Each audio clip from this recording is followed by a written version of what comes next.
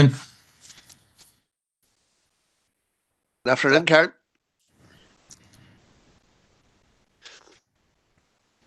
David, you look worried, so you do. I've seen you, that's why.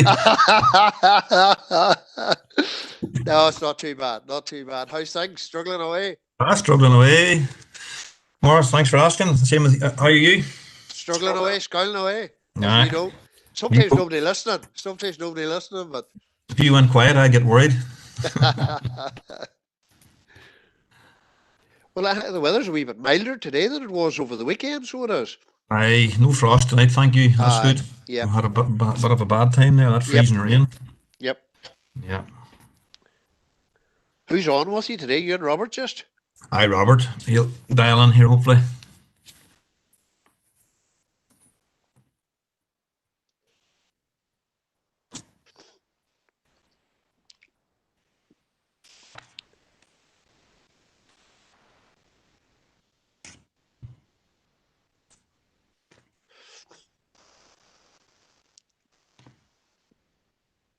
But it's hard to believe we're nearly on top of Christmas again, hey? Aye, for the terrible year that was, it still seemed to fly, didn't it?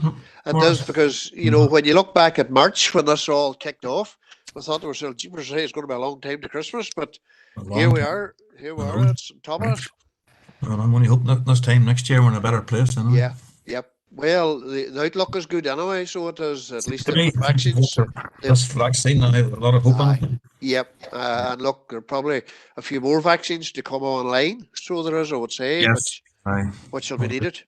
It'll be interesting times now, I can tell you. It will, it will.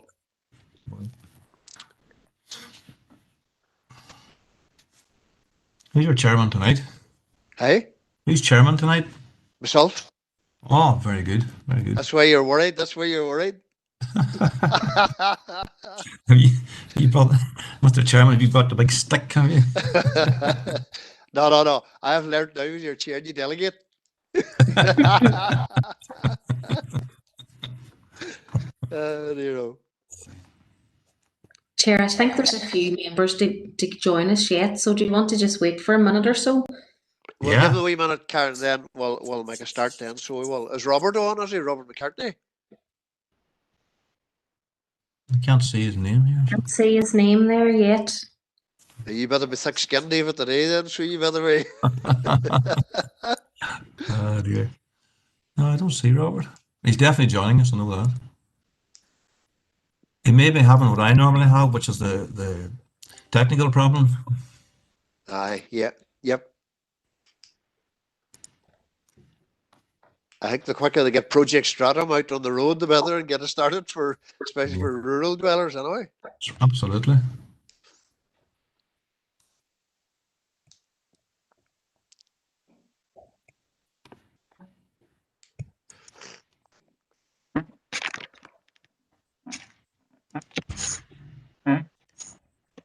I see Robert on there now. Have you got him there now? He looks worried too, so he does. Oh, I never know what you're going to throw at me, Morris. Well, I was just saying to David, I've learned now to delegate that, so I have.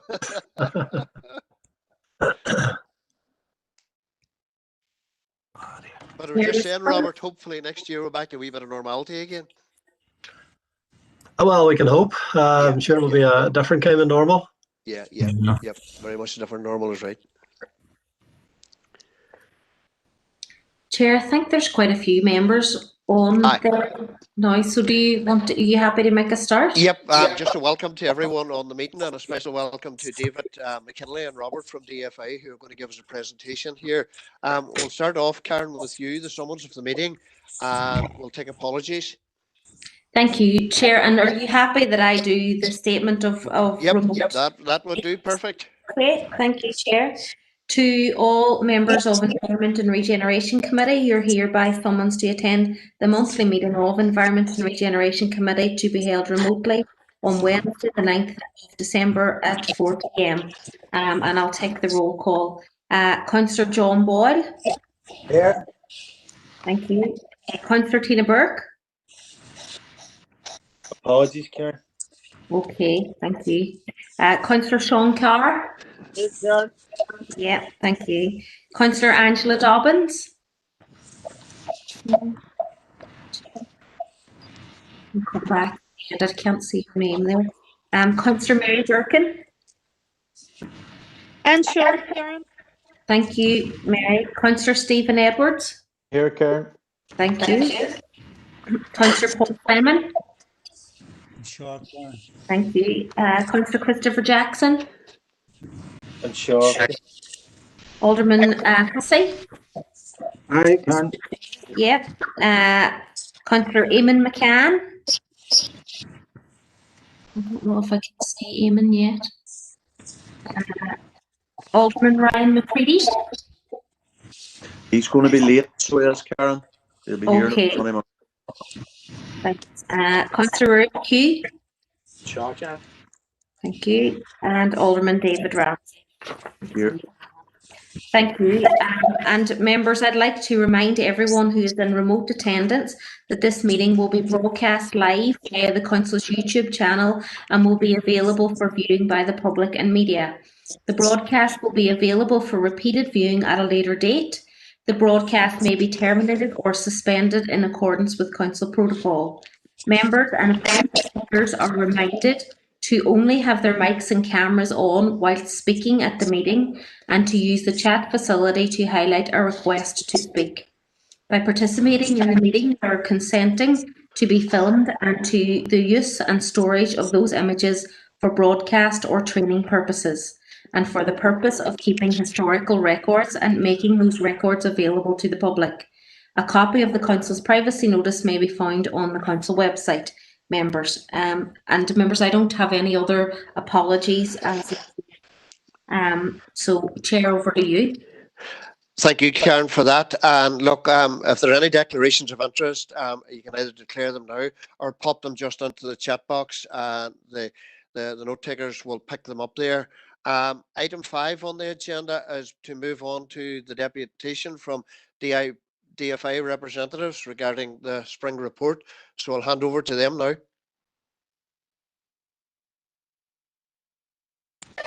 Remembering to unmute. Thank you very much, Chairman Devaney. I'm delighted to be here this afternoon to present the report. This is our spring report, somewhat belated. This report will detail the work that we've carried out in the district, Derry City and Strabane District Council area in both 1920, and we'll set out what we propose to do this year, 2021, and hopefully we're well through that already. I will also take the opportunity to set out what is the progress we've made on the strategic schemes within the Derry City and Strabane District Council area. It's been an unprecedented year, as we just discussed, Chairman, in terms of COVID. Unfortunately, we did manage to get a workaround and get up and going in about May, and we have been completing schemes from then forward, and we have been making good progress this year. Since 2013, it's a bit of a broken record, but since 2013, the Department of Infrastructure's baseline budget has been insufficient to meet needs, and we've relied on in-year funding to deliver core services. And this continues to be the case in 2021. In capital terms, the 2021. David, yes. Just before you go on as Chairman here back again, yes, I'm just wondering, can that report be put up on the screen? Have you the ability to do that today, or? I don't have the ability to do that. I was going to say, hopefully the councillors will have that and can follow it with me, and I would make reference to the pages to be at. That's okay. Is that okay, Chairman? Okay. No, sorry, Chair. I was going to say, if we have IT on the line, I don't know whether they are able to share it. I know it was sent to committee services and distributed to members. Yeah. So maybe we start, as David suggested, referring to the page numbers, and then if you're able to put it, we will do that. Okay. Yes, okay, and this continues to be the case in 2021 in terms of the budget. In capital terms, 2021 is similar to last year, with almost 70% of the budget is taken up with committed and priority projects, leaving insufficient budget to meet the department's responsibilities as custodian of some 40 billions worth of public asset.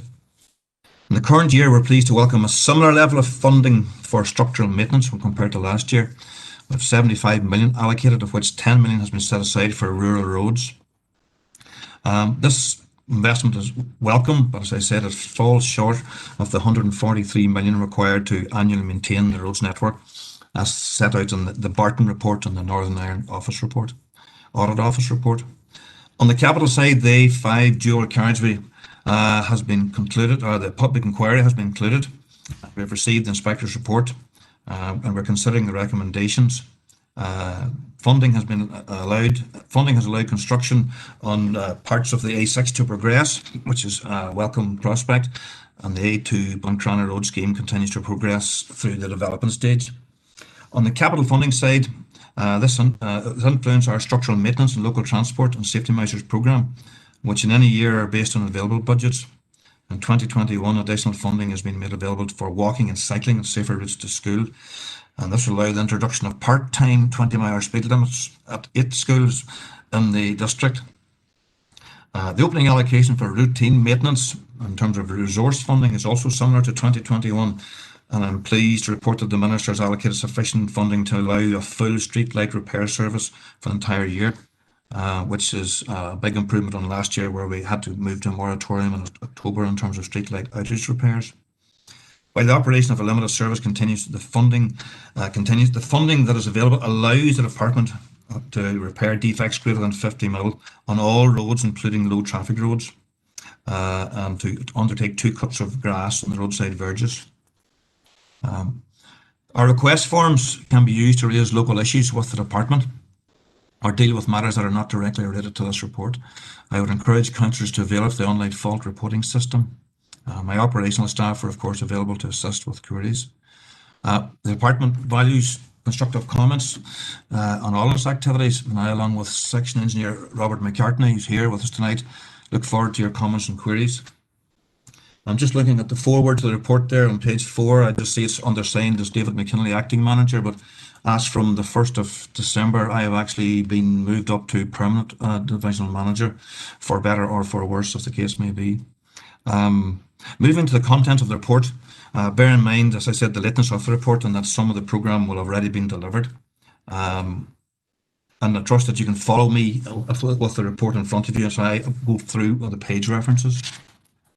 So moving to the body of the report on page 5, it just sets out what Western Division, what we have in terms of asset in the Strabane, the Derry City and Strabane area, with 9,700 kilometres of road and 64,000 streetlights, which takes some looking after. Moving on to page 6, you get a senior management structure there. David McKinley, assisted by Alan McMurray, Seamus Keenan, Harry Gallagher and Darren Campbell, and we'll mention their works as we go through the report. Strategic road improvements onto page 9 is headed up by Seamus Keenan, assisted by Manny Galt and Gordon Noble. As I mentioned, in terms of the A5, the public consultation and the public inquiry into the addendum to the environmental statement was completed over a 7-day period and concluded on the 13th of March. On September the 2nd, the department received an interim report from the inspector, and there's been an update there. The submission to our minister, which she actually received that last week. So she will be considering the content of the submission to her and consider the next steps in terms of the provision of the scheme. Moving on to page 10, in terms of the A2 Buncrana Road from the Pennyburn roundabout out to Donegal. Currently progressing that scheme in terms of scheme development. The current proposal is for 4.1 kilometres of improvement carriageway from single to dual standard with 6 roundabouts. We're aware there's some concerns there from retailers and people along the way. You move to page 11 there. You'll note there that the Minister is aware of these concerns, and she's asked us to work constructively with those and the stakeholders as the design of the scheme progresses. And subject to the continuing availability of finance, it would be hoped to publish the statutory orders and the draft environmental impact assessment in early 2021. And that'll go out for formal consultation, and depending on what we get back from that, then we'll decide on the way forward, and the Minister will decide on next steps.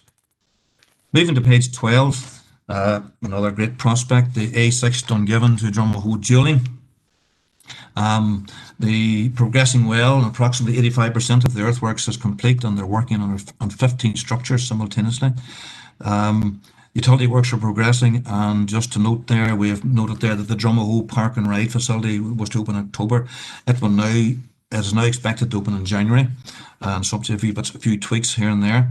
And taking into account the social distancing requirements and the reduction in productivity, it is anticipated this scheme will be completed in 2022, largely as planned, which is an excellent prospect for the region. Moving to page 13, in terms of the A6 Randalstown to Castle Dawson dual carriageway, you will recall that the Randalstown to Toome section opened in August 19. The section between Castle Dawson and Toome now is open all the way on using one half of the dual, one line. So it is open but not in dual, and we expect to take that forward and have that completed. The completion date for that is moved from early 2021 to mid 2021. But it's great to see that coming ahead, and as I said, an excellent prospect. Moving on to page 15, page 16, in terms of maintenance. We have Robert at the meeting here tonight, and he can speak about that later on in questions. He manages our maintenance. Page 16 just sets out what we do in terms of resurfacing, strengthening of our carriageways, in terms of resurfacing and overlay and surface dressing, and you can read that at your leisure. Page 17, just a little line there in terms of dealing with correspondence. The level of correspondence has been increasing in recent years at a time and staff resource has been reducing. And so therefore, if a member of the public writes to the department by letter or mail reporting a routine defect, this is simply logged for information in our system, and an automated response will issue. But please note that, however, if the letter relates to more general roads issues, a substantive reply will issue as normal. In order to reduce the volume of general correspondence, we are encouraging public and councillors alike, letter representatives, to use our report a fault section on our website. Alternatively, ring the number as detailed on that second last paragraph on page 17. It is noted that the vast majority of dealings with the public are by phone, and the numbers of visitors to our section offices and such like have reduced, so they are open now from 10 to 12, although if you do need to meet with some of those staff, they can do so by appointment. Okay, moving on to what we've actually done in 1920 in terms of structural maintenance and resurfacing. Page 18 to 22 lists what we've done there in terms of resurfacing. Robert managed to put out 52 kilometres of resurfacing in 1920 at a cost of 4 million, including 724,000 from the Road Recovery Fund, which was an excellent result. Moving forward past page 22. Just on page 22, actually worth noting, the division received Brexit preparedness funding, and this helped deliver 9.3 kilometres of resurfacing at a cost of 1.4 million in the district, and those schemes are listed there. In terms of surface dressing there, Roberts managed to achieve 167 almost kilometres of resurfacing or surface dressing at approximately 90 locations, and these are all set out on page 23 to 25. You can read those at your leisure as well. Moving to page 26, Chairman, in terms of completed drainage works in 1920, Robert managed to get to over 30 or approximately 30 locations in terms of replacing or updating culverts, installing gullies and such like, to try and help the drainage and keep water flowing and off the road. Just an added detail there on page 27. Robert, he is in charge of over 30,000 gullies and 18,000 outlets, and it takes quite a bit of getting to, and the wet weather and such like, it doesn't help. Page 27 as well, completed footway resurfacing schemes in 1920. We managed to do 4.3 kilometres resurfacing, some of them in conjunction with other works, but it's a welcome addition to improve some fading footways. Page 28, Chairman, routine maintenance, grass cutting, 7,500 kilometres of carriageway. They were cut twice in 1920. And in terms of defects repaired in 1920, halfway down page 28, you'll see those 10,700 odd priority defects recorded, and he managed to repair approximately 84% of those within the specified timescale. Public liabilities in 1920, Within the district, there were 165 new claims for compensation, and 183,000 was paid out on 79 claims. And just note that 117 claims were actually rejected during that particular period. Moving on to page 29, Chairman, the winter service 1920. First salting took place on the 24th of October 2019. And there were 77 occasions when salt was deployed across the 530 odd kilometres of road in the district. And we used almost 4,000 tonnes of salt, which was an increase of 9% over the previous year. It was a slightly colder year. Mr. Chairman, page 30 in terms of street works. Our DFR road staff and officers monitor and section officers monitor the installation, maintenance, and removal of utility plant and public works. One of the notes to note at the bottom of the page there, you see the statistics in that particular year. 4,120 notifications of intention to excavate in the public carriageway were made to the section office, of which 1,140 were subject to inspection. 1.8% of these were declared unsatisfactory. That's a big part of the section office work, and it takes quite a bit of our staff resource to do that. Just to note there, they're also heavily involved in the 4.3 NI high voltage cable placement from Skeg to Ballinagard Road, and also the Northern Ireland water main from Alder Road to the Culmore Road, 1.7 kilometres. Mr. Chairman, page 31, in terms of structural maintenance this year, 2021, in terms of resurfacing, Robert, he has a programme of work here to carry out in terms of an estimate of £2.5 million worth, and the list is listed there below for your perusal. Also in 2021, Robert intends to surface dress 113,000 kilometres. Most of this will be now complete, obviously, in the summer period. With a few exceptions, I would say. Those are listed on page 32 to page 34. Moving on to page 35 in the report, Mr. Chairman. Drainage, Robert proposes to get to several locations. It's listed below there in terms of drainage, about 20 locations there in terms of drainage improvements. And no doubt there will others be added along the way. Moving on to page 38, we have our local transport and safety measures. This is headed up by Harry Gallagher, ably assisted by Declan McBride, who's located in the section office there at Crescent Link. In terms of 1920, he completed £190,000 worth of LTSM schemes.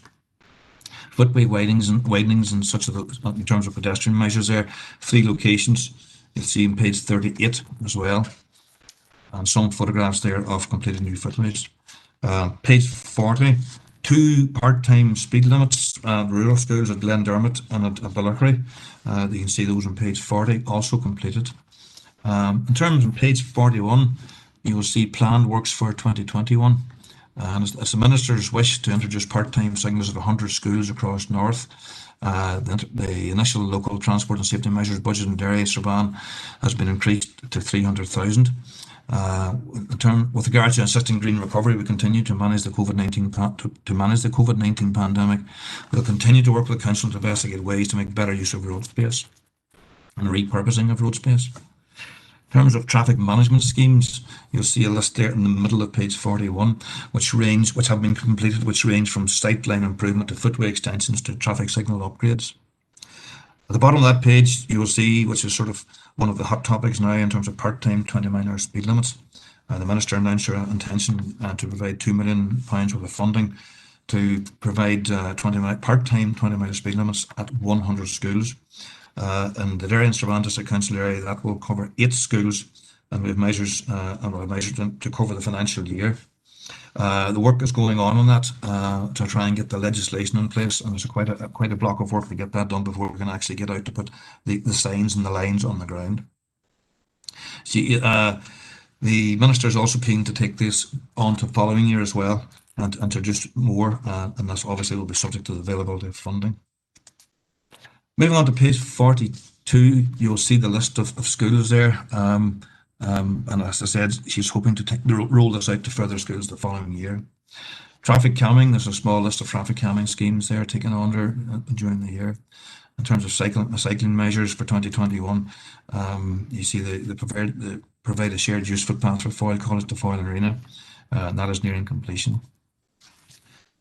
In terms of Rossville Park street residence parking scheme, we received a number of significant number of objections to that, and any lessons were learnt now from a similar scheme in the Rugby Avenue area in Belfast. We're looking at those, but we remain totally committed to taking this forward. Okay, we have to go for a pilot scheme now, but we'll take that forward as best we can. In terms of the proposed ban on HCVs in Clary Village, we did take that through a consultation and did receive some objections, and we're looking to see how we can resolve those or have a workaround. And it may be that we require a modification to the draft legislation, but we'll see how that pans out.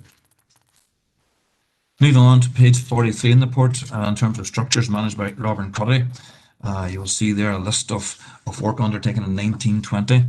And the investment in our bridge stop in terms of in the region of £304,000. This ranged from flood damage repairs to general maintenance to repairs to vehicle damage parts, etc. Moving, you see it over that covers over from page 44 to page 45. And there was some repair work done to VRS. VRS stands for Vehicle Restraint System, and the Ballycoman estate. We upgraded some there and replaced some with stone walls because some of them actually, some locations now don't actually suit steel guard beam, as is known, but you can rebuild some walls to do that. Moving forward to page 46, structures and work planned in 2021. And we're fairly well through this programme of work. There's planned to spend 643,000 this year. Probably one of note down there is the completion of the Glen Randall Bridge up between Clary and Park, up in that direction, which was good to see that done at long last. It was quite a scheme to try and get over the line. Moving on to street lighting on page 47, Mr. Chairman, headed up by Harry Gallagher and assisted ably by Martin Curran. The completed works in 1920. Just highlight, we have almost 30,000 streetlights in the Derry City and Strabane district area. And the Minister, as I said before, has allocated funding to ensure a full streetlight repair service throughout the year, which is most welcome. Lost my way.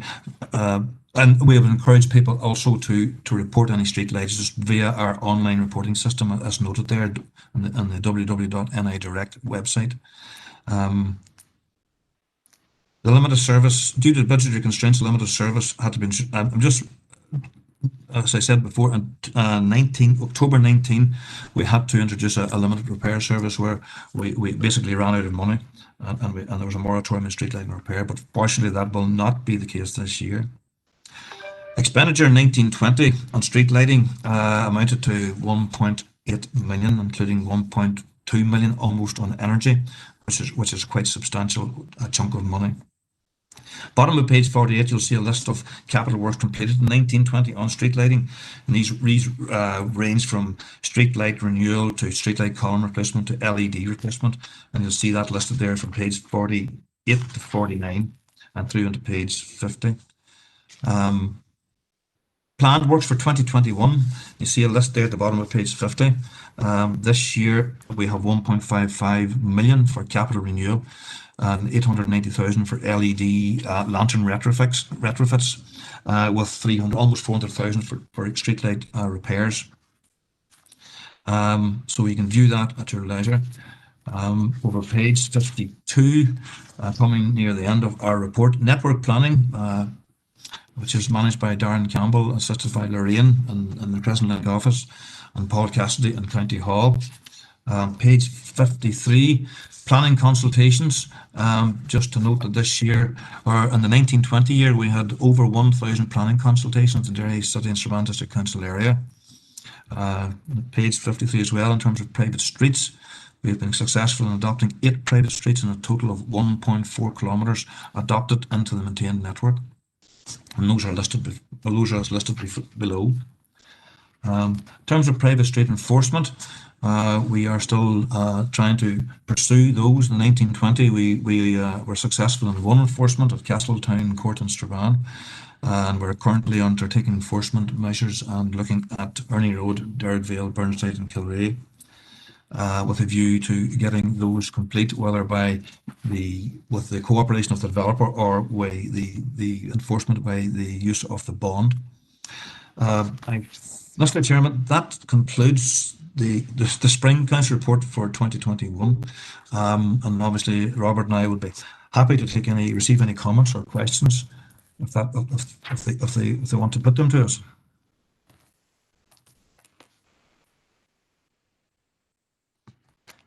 Thank you for that report, David. And I have one indicated speaker at the minute. It is Alderman Graham Work. And if there's 2 or 3 comes in, David, I will take 2 or 3 at a time and let you answer those 3 and move it on. Okay. Thank you, Chair, for letting me in. I'm not a member of this committee, and thank you, David, and also congratulations on your promotion on your new job. And I wish you all the best, and hopefully you can help me out here. And I see Robert there on the call as well. Robert, appreciate everything you've done for us all, and keep up the good job. But it's just on the page 47 on the streetlight, and now you've said there's been a bigger budget brought in, obviously, this year.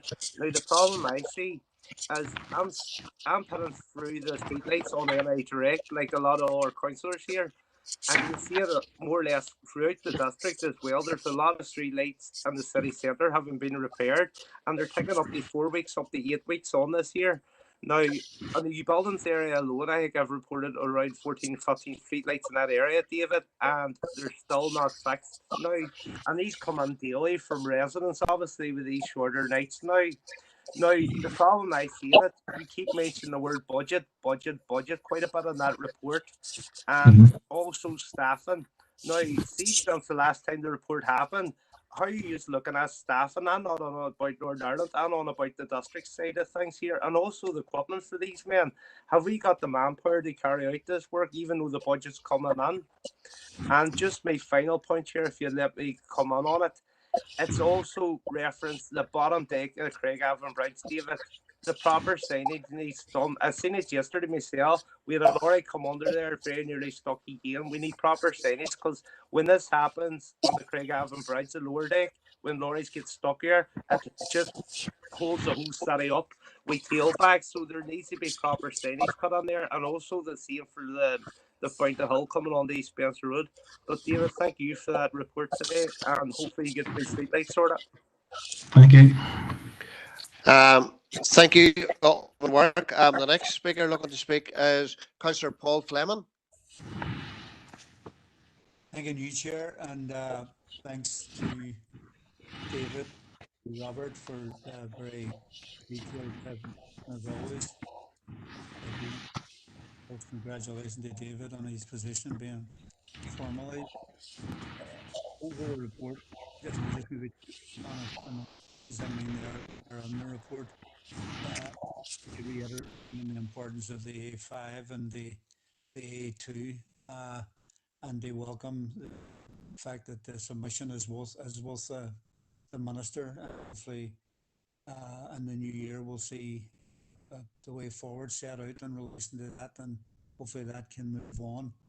And obviously, to welcome the further funding that has been found to go into the A6, and as David has rightly says, progress there is going well.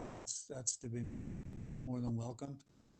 In relation to a couple of not individual issues around this, but in broad terms, recently we have had of issues in terms of potholes and the state of certain footpaths across the city. And I'm conscious that there's a criteria in terms of potholes, in terms of the mole, but there's in some cases that people are pointing out there's nearly like a amount of potholes which is causing angst to people who live in the areas concerned. Just 2 areas of that's been mentioned as Shepherd's Glen and down by Ardnashee, down by Pennyburn, but it's an issue that has been coming to yourselves more forcefully. So just need to see if there's any way that can be addressed, and just also to say to David the appreciation that we have for the staff and the workers and the contractors back working in what is unprecedented times. In terms of the communications, in broad terms, we do find them helpful in terms of report of fault, and we also, in certain engagements with staff from DFI roads is more than positive. Again, and I don't know if David touched on it there, but just as well, they see in terms of the winter gritting scheme, and I know it has already started, but just in terms of what's COVID pandemic, in terms of maybe staffing situations, but are we sense ready? I know we can't be ready for the unforeseen, but in a broad sense, are we ready for the winter, so to speak, in that regard? Thank you. Chair. Thank you, Paul, for that there. Alderman Ramsey. Chair, thank you very much. Thank you very much, David, for the report today, and thank you also for the outline of where we're at, and Robert, obviously, for the hard work and, well, basically putting up with us torturing them all the time, because we're always torturing them. There's obviously a lot of good work been done, and as Alderman Work said, we're all in the same situation with the streetlight situation, where we're told that they should be repaired within a week, but they're not, so as they're contractual issues or whatever, but I know the question's already on.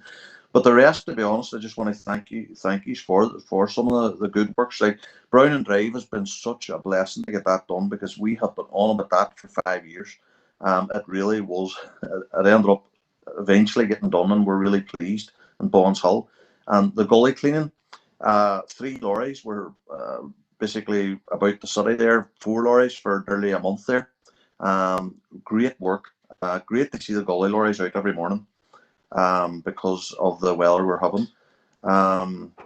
And you can come back to me on the resurfacing. I've noticed 3 very important ones that are missing, that we've been on about for quite a while for resurfacing, as Lyndhurst Road, Lincoln Courts and Heron Way.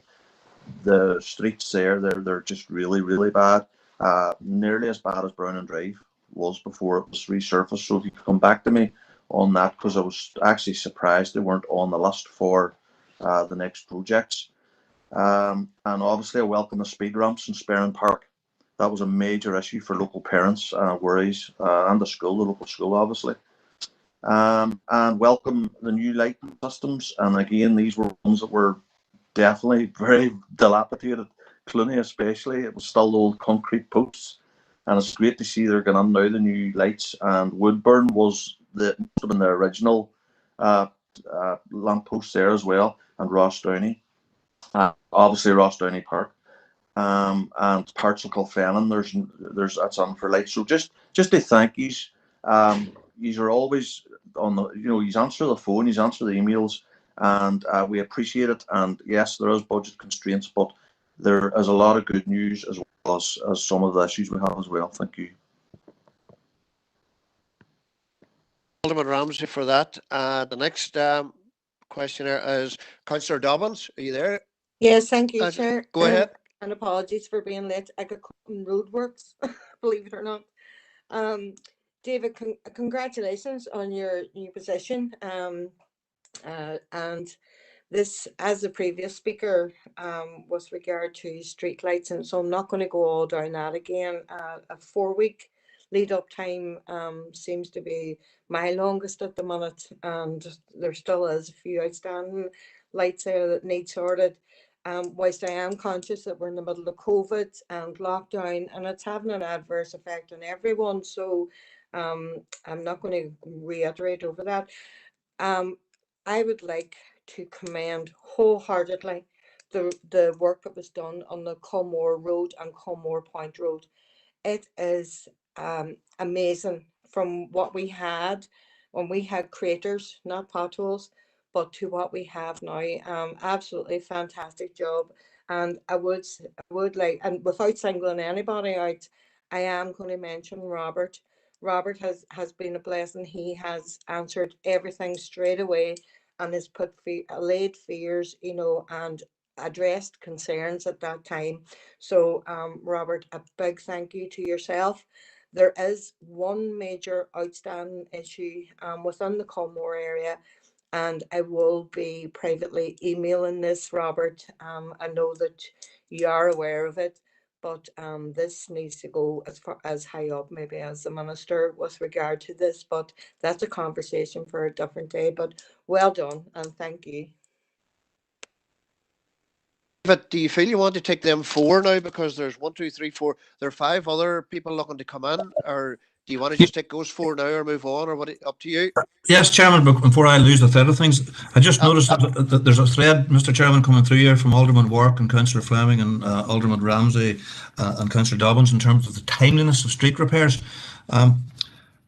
Yes, I've taken your comment on board. What I will do is go back and ask Martin, okay, what are the number of outages and what is the repair times there? Sometimes ignorance is bliss. I was moving along there and thinking we were getting on quite well in doing this, but I just noticed there that new buildings, I think it was Alderman Wark mentioned, maybe 15 lights out there. Sometimes these things do happen if you have a cable fault, and sometimes take longer to repair. But I will go back and ask the question, and I can return to you, Chairman. Is that right? Is that okay? Chair, if they want to perhaps send them through to me and we can coordinate a response to all members, if you're happy with that. Okay. Yes, I'm happy with that. Now, the other thing, questions, I'm just looking down here through my notes. Potholes and Footways from Paul Fleming, Councillor Fleming. Robert, do you want to come in on those in terms of where you believe? I do accept there's a lot of old dilapidated footways out there, and we just don't, and it's down to, and it's a broken record, I know that, down to budget and funding. We do accept that we would like to get to a lot more footways. Robert, do you want to say anything on that? Really, you've said it, David. It's a funding issue. I mean, we would love to be able to do everything that we need to do. I say, unfortunately, the budget just isn't there, and it is a case of a bit of a firefighting exercise and just trying to do the absolute worst footways that are out there.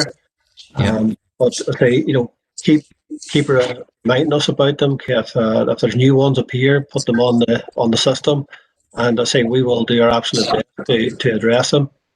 I think Councillor Fleming also asked a question about, are we ready for winter? The short answer is yes, we are. We've had quite a number of actions already. There are additional measures that our crews have had to put into place with regards to sanitisation of vehicles and so on. But those procedures are now well embedded, and we're as well prepared now as we are for any winter season. Okay, thank you, Robert. I just want to pick up, and don't want to miss something here. Alderman Wark, you mentioned the bottom deck of Craigavon. That is actually a current topic at the minute. We've had it's an AQW into our minister, can't recall who from, doesn't matter. We have undertaken to review the signage there. Something that I think is missing, I'm not a Derry person, but driving around, I don't think if you come up through the lights at the bottom of Spencer Road and head to Victoria Road, you can actually legally turn right to go down the ramp down onto the bottom deck. And I think councillors, that we may not have a sign there, so it's something that we're reviewing, and it's actually very good to be questions on it, because I may be wrong, but that's something. So we do have to review the signings for the weight restriction on the bottom deck. Moving on to resurfacing in Windhurst. You're going to come back on that in terms of resurfacing on Lyndhurst and Heron Way, Robert? Yes. Yes, we can certainly come back to Alderman Ramsey on that. Yes. And I think, sifting through the 4 councillors' queries there, I think we've hit most of the things along the way. Apologies if I haven't, Chairman. I can go back if you want me to. Look, and if any of the rest come back in again, if you have missed someone, they have a chat box here to come back in again. Our next speaker is Alderman Hussey. Sorry, Chair, I think it may be Councillor Edwards actually is next. Yep. Go ahead, Councillor Edwards. Apology if I missed your name, my apology. Go ahead, Councillor Edwards. And thanks to Alderman Hussey for letting me in there. Chair, thanks for letting me in, and I want to thank David and his team for everything they're doing, especially the wider Strabane team and the Derry area. They've been absolutely excellent since I've taken up the role of councillor. First of all, I do want to welcome progress on the A5. I think it's a vital scheme, and hopefully we can see some movement on that in the future. In terms of rural roads, I know that David mentioned there the £10 million Rural Roads Fund. Has there been any indication of what percentage of that funding will be going to the Western Division? Because I see, especially in the wider Castle Derry area, there's a lot of rural roads out there that are in a bad state of disrepair, but I've seen with potholes and other defects. In terms of the winter strategy, and I have raised this week as well has got worse, the need for gritting, especially in some of our B roads. But one of the things that stood out to me is that in one of the replies is that the policy around gritting roads is from a study in 2001. So I'm just wondering, is there an update on that, whether they're going to do a new study? Because things may have changed in the last 20 years in terms of vehicles using roads. I also want to welcome work on the Claddagh HGV issue. I know it's been ongoing for a number of years, and I have a meeting myself with the Road Minister next week on it, so hopefully we'll get more clarity. And finally, Chair, one of the issues I wanted to raise was the Prospect Bar, the junction there on Bells Park Road and Orchard Road. I know it is an important scheme for DFA roads to advance, given the safety issues and the number of accidents there in recent years. So I didn't see it mentioned in the report, and I'm just wondering, is there any update on that? Thanks very much, Chair, and thanks, David, and all the team. Thank you. Thank you, Councillor Edwards, for that, and I do apologise. I did miss your name. My apologies, it wasn't intentional. Next speaker is Alderman Hussey. Thank you, Chair, and welcome, David and Robert, and like others, congratulations. Sometimes one thinks maybe it's commiseration. The job will be well done when you're there. Chair, firstly, can I say thank you for all of the work that is being done, and for the regular response that I have received personally, both as a councillor and during a period when I wasn't there, just an ordinary citizen. And can I say that even for an ordinary citizen, the response from various personnel at all levels within road service is first class. A couple of issues I've noted through the report, and I'm agreeing there with Councillor Edwards on the rural road recovery. There are major issues on a lot of our minor roads in the rural area, and a lot of it is down to large agricultural vehicles wrecking the verges, and similarly, when the verges are wrecked, you tend to find the gullies get blocked and all of that sort of thing. I don't know if the rural road recovery scheme can deal with that type of situation as it evolves on our rural roads. On page 22, the cross-border road Brexit funding, I was disappointed not to see on that the Corgray link and indeed the Claddagh link. And maybe they will be on at some stage, but I suppose a major issue, and I'm thinking particularly of the Claddagh link here, is there any reciprocal funding of that nature going on in the Donegal County Council area? Because in fairness, our side of the border, the core up to the Claddagh one, you know, it's quite good. But then when you go across the border, you find you're heading into a road that is in need of treatment. So I'm wondering, is there any reciprocal work that your department would work with Donegal County Council on that? I note the use of potassium acetate on the Foyle and Craigavon bridges. Could you expand a wee bit on that? You know, why is it just on those bridges, or is it there's something particular about those two bridges? And I'd be mindful, for example, of the Strabane Lifford Bridge, which would carry a tremendous amount of traffic, of the river bridges at Newton Stewart on the main A5, and wonder what is the methodology or why potassium acetate would be used. Chair, I would welcome the drainage work on the Drumclin Road and Kilteen Road, very, very much needed. Looking at page 41, I think there's mention of the Drumlega crossroads there, Drumlega North at C6079, and my iPad is going down here. Chair, I'm asking, is there a guarantee that work's going to be done?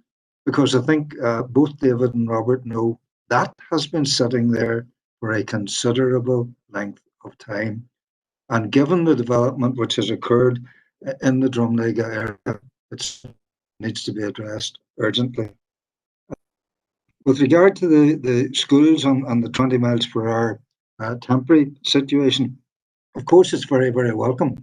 But I do have to express disappointment that I've done this directly to the department, that 3 schools along the Enniskillen Road from Victoria Bridge right through in our area, namely Kiln, Castledirk High, and the school in Victoria Bridge, they're all on that busy road, and I can't figure out how some of the schools that are mentioned, all worthy of course, but how some would have been ahead of those 3 particular schools, given the heavy traffic that utilises that main route from the northwest into the Lakelands.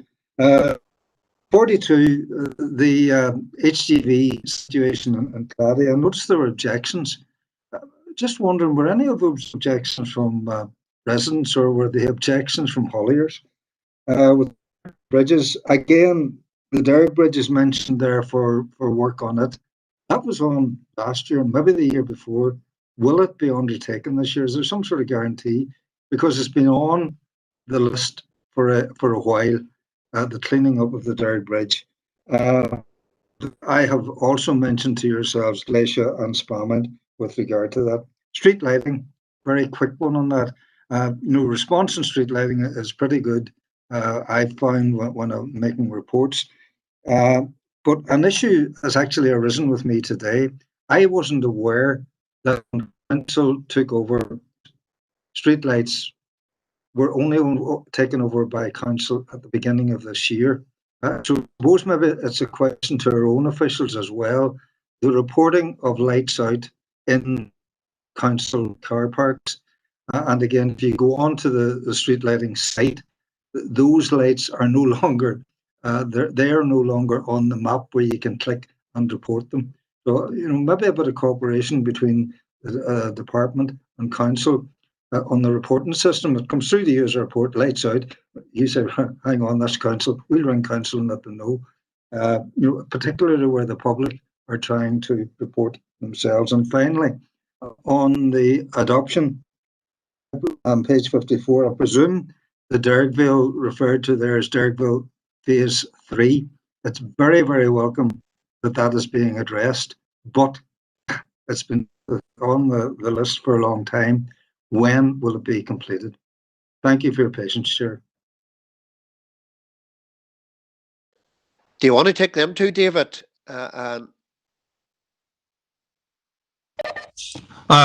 Certainly, yes, Chairman. There's so many lengths. Yeah, okay. In terms of Councillor Edwards, the rural roads, my memory serves me correctly, of the £10 million in the district for rural roads, 800,000 of that has been allocated for the Derry City and Strabane council area, which in terms of percentage, I can't really tell you. I am reasonably confident that is a fair whack of the loaf of the pie. Councillor Edwards also mentioned the Prospect Bar, an update on that. We are actively, through LPS, as our agent, are actively pursuing the purchase of the bar there, the vacant property. And we don't know how far we're getting that. I was asked recently, would I be prepared to move to vesting? And actually I would be, but we haven't got to that decision yet. So it would be our intention to certainly get our hands on the property, and that's a good start. Of course, we can take the pub away and then open the whole area up and give everybody some better visibility, even before we would modify the junction. So that's where we are on that. In terms of a winter gully policy review, in terms of the winter is that a winter service review, is it? I think it's the winter service review in terms of what roads are and what roads are not credit. Not to my knowledge, the policy stands, and I'm not aware of any review on that. And that question hasn't been asked before, but I'm not aware of any review. Moving on to Alderman Hussey, machinery wrecking the roads in terms of rural roads. I understand what he says. Our machinery seems to be getting bigger and bigger, and they're poaching onto the grass verges, and they are blocking gullies and whatnot. I don't know what we can do about that. In terms of the rural roads and the cross borders, in terms of the Claddy Road and the Corgery, yes, it's a good point. Robert, you can take note of that to see what can be done on those. And in terms of reciprocation from Donegal County Council, I am not aware of any. But if Robert thinks that there is some reciprocation on their side, he's welcome to jump in there. He's also, you mentioned the potassium acetate on Foyle and Craigavon Bridge and why we do that. Robert can jump in and correct me again.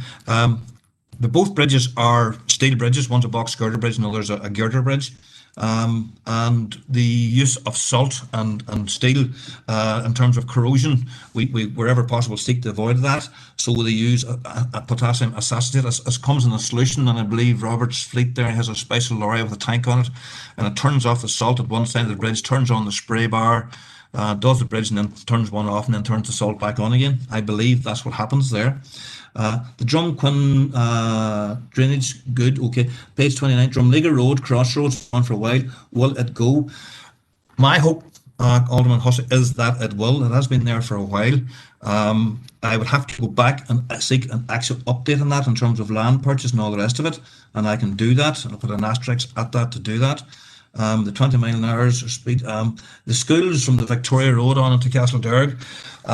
Yes, I would only say that I think our staff have done an extensive marking exercise there in terms of a matrix, in terms of schools, in terms of accident history and speeds and all the rest of it, and whether there's a speed limit and all the rest of it. But all I can say is those schools, I don't know where they rank in terms of the priority. Some of them may possibly come on the next tranche, hopefully the next tranche comes forward. That's basically all I can say on that. In terms of the Claddy and in terms of the objections, I am not aware of the detail other than the background where I believe the objections have not come from residents, they have come from businesses in the area. I alluded to a possibility whereby we could look to modifying the legislation whereby obviously we have HGVs have to be there to actually make deliveries and pick up, and there's different businesses, and it may be that we can modify the legislation that a local delivery and a local business has every right to be there and can be there and can carry some sort of a license to be there. So we're looking at that at the minute. Derg River Bridge, will it be there? I'm hopeful that will be done, and again I will check. The vegetation is getting quite rampant on it, I accept that, and so we need to do that, but I think we should get to that this year. Streetlight Responses, that's an interesting question. I wasn't aware. I knew, Alderman Hussey, that the streetlights had been given over at the beginning of the year to the council formally. I hadn't aware that our guys had got round to actually chopping them off the GIS layer on our website. In terms of a need for the DFI and council to work collaboratively to get some sort of a system reporting that, I can mention that to our streetlight people. Can't think what that would be, but there must be some way whereby there could be some note on our website whereby we could put a note on that street lights within off-street car parks should be reported to your local council. So we'll investigate that. I've never actually thought that one through. Thank you for raising that. And the phase 3, yes, I believe that is phase 3 in terms of the adoption in there. So I think that covers most of the points raised. If I haven't, please come back to me. I accept my apologies. I'm looking through my scribbles here frantically, and I can't see anything else that I haven't put a line through. Mr. Chairman. Thank you, Chair. No problem.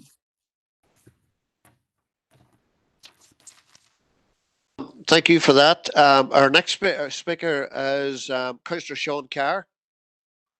Thanks, Chair. Can I thank David and Robert for the presentation today and wish David all the best in his new position going forward. Could I also thank the local staff, because when you're reporting things, I have found recently that things have been dealt with very, very quick, and I have to thank the local staff here for their work. Bit of the report under drainage. there's an ongoing problem in Cornish Glenview. It's quite fun. Now, I know there's other agencies all involved in this, but I just wondered, is there anything from your department? Because, in fact, in the last couple of weeks, I have to report floodings twice. And I know the Rivers Agency and all is involved in it. So I just wonder, is there any update from your department of any works that's going to be done down in that area? And the other issue, Chair, is the residents parking, Roswell Street. I'm just wondering, is there any time frame for a pilot program or coming back to revisit it? And I asked that as a resident of the area. It's a nightmare to live here and try and park.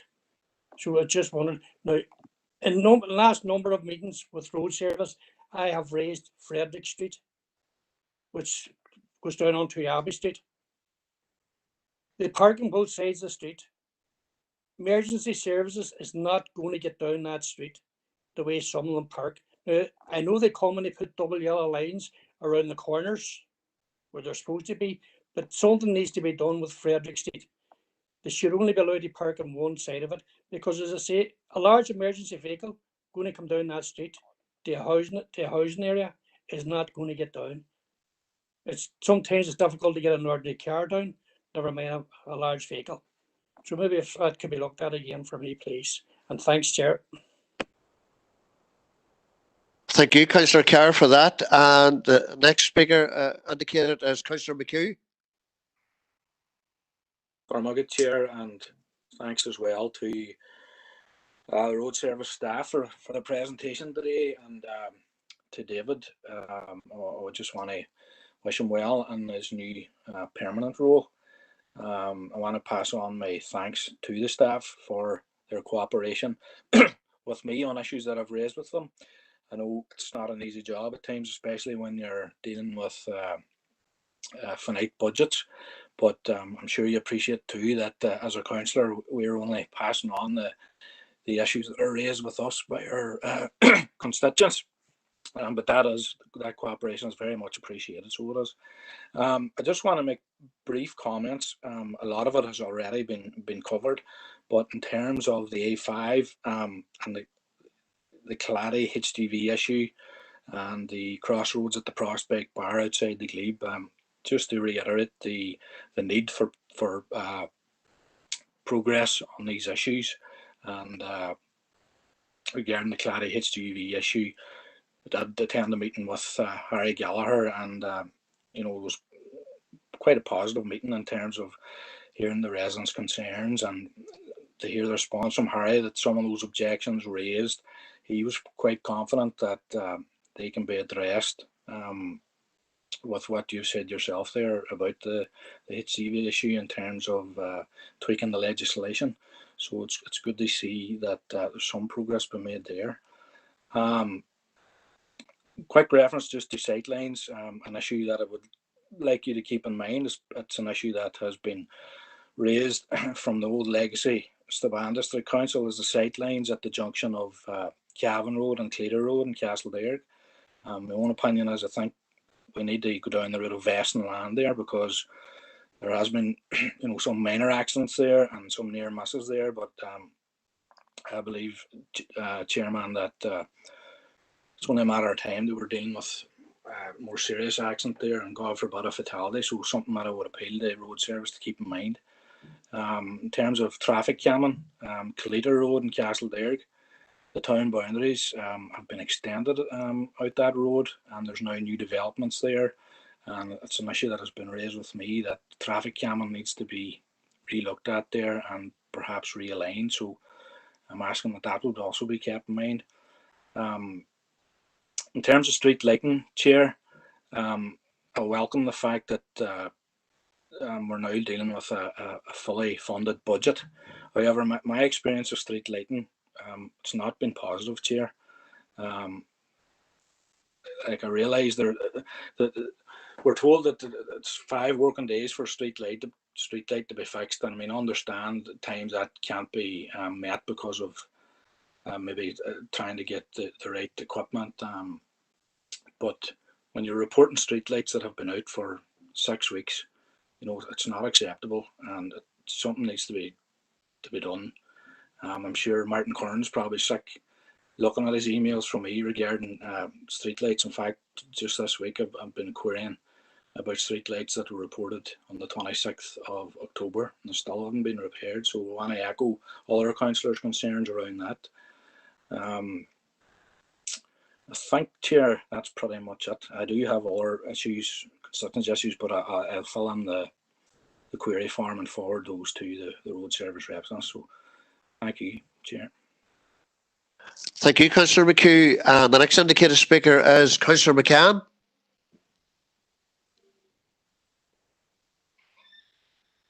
Councillor McCann?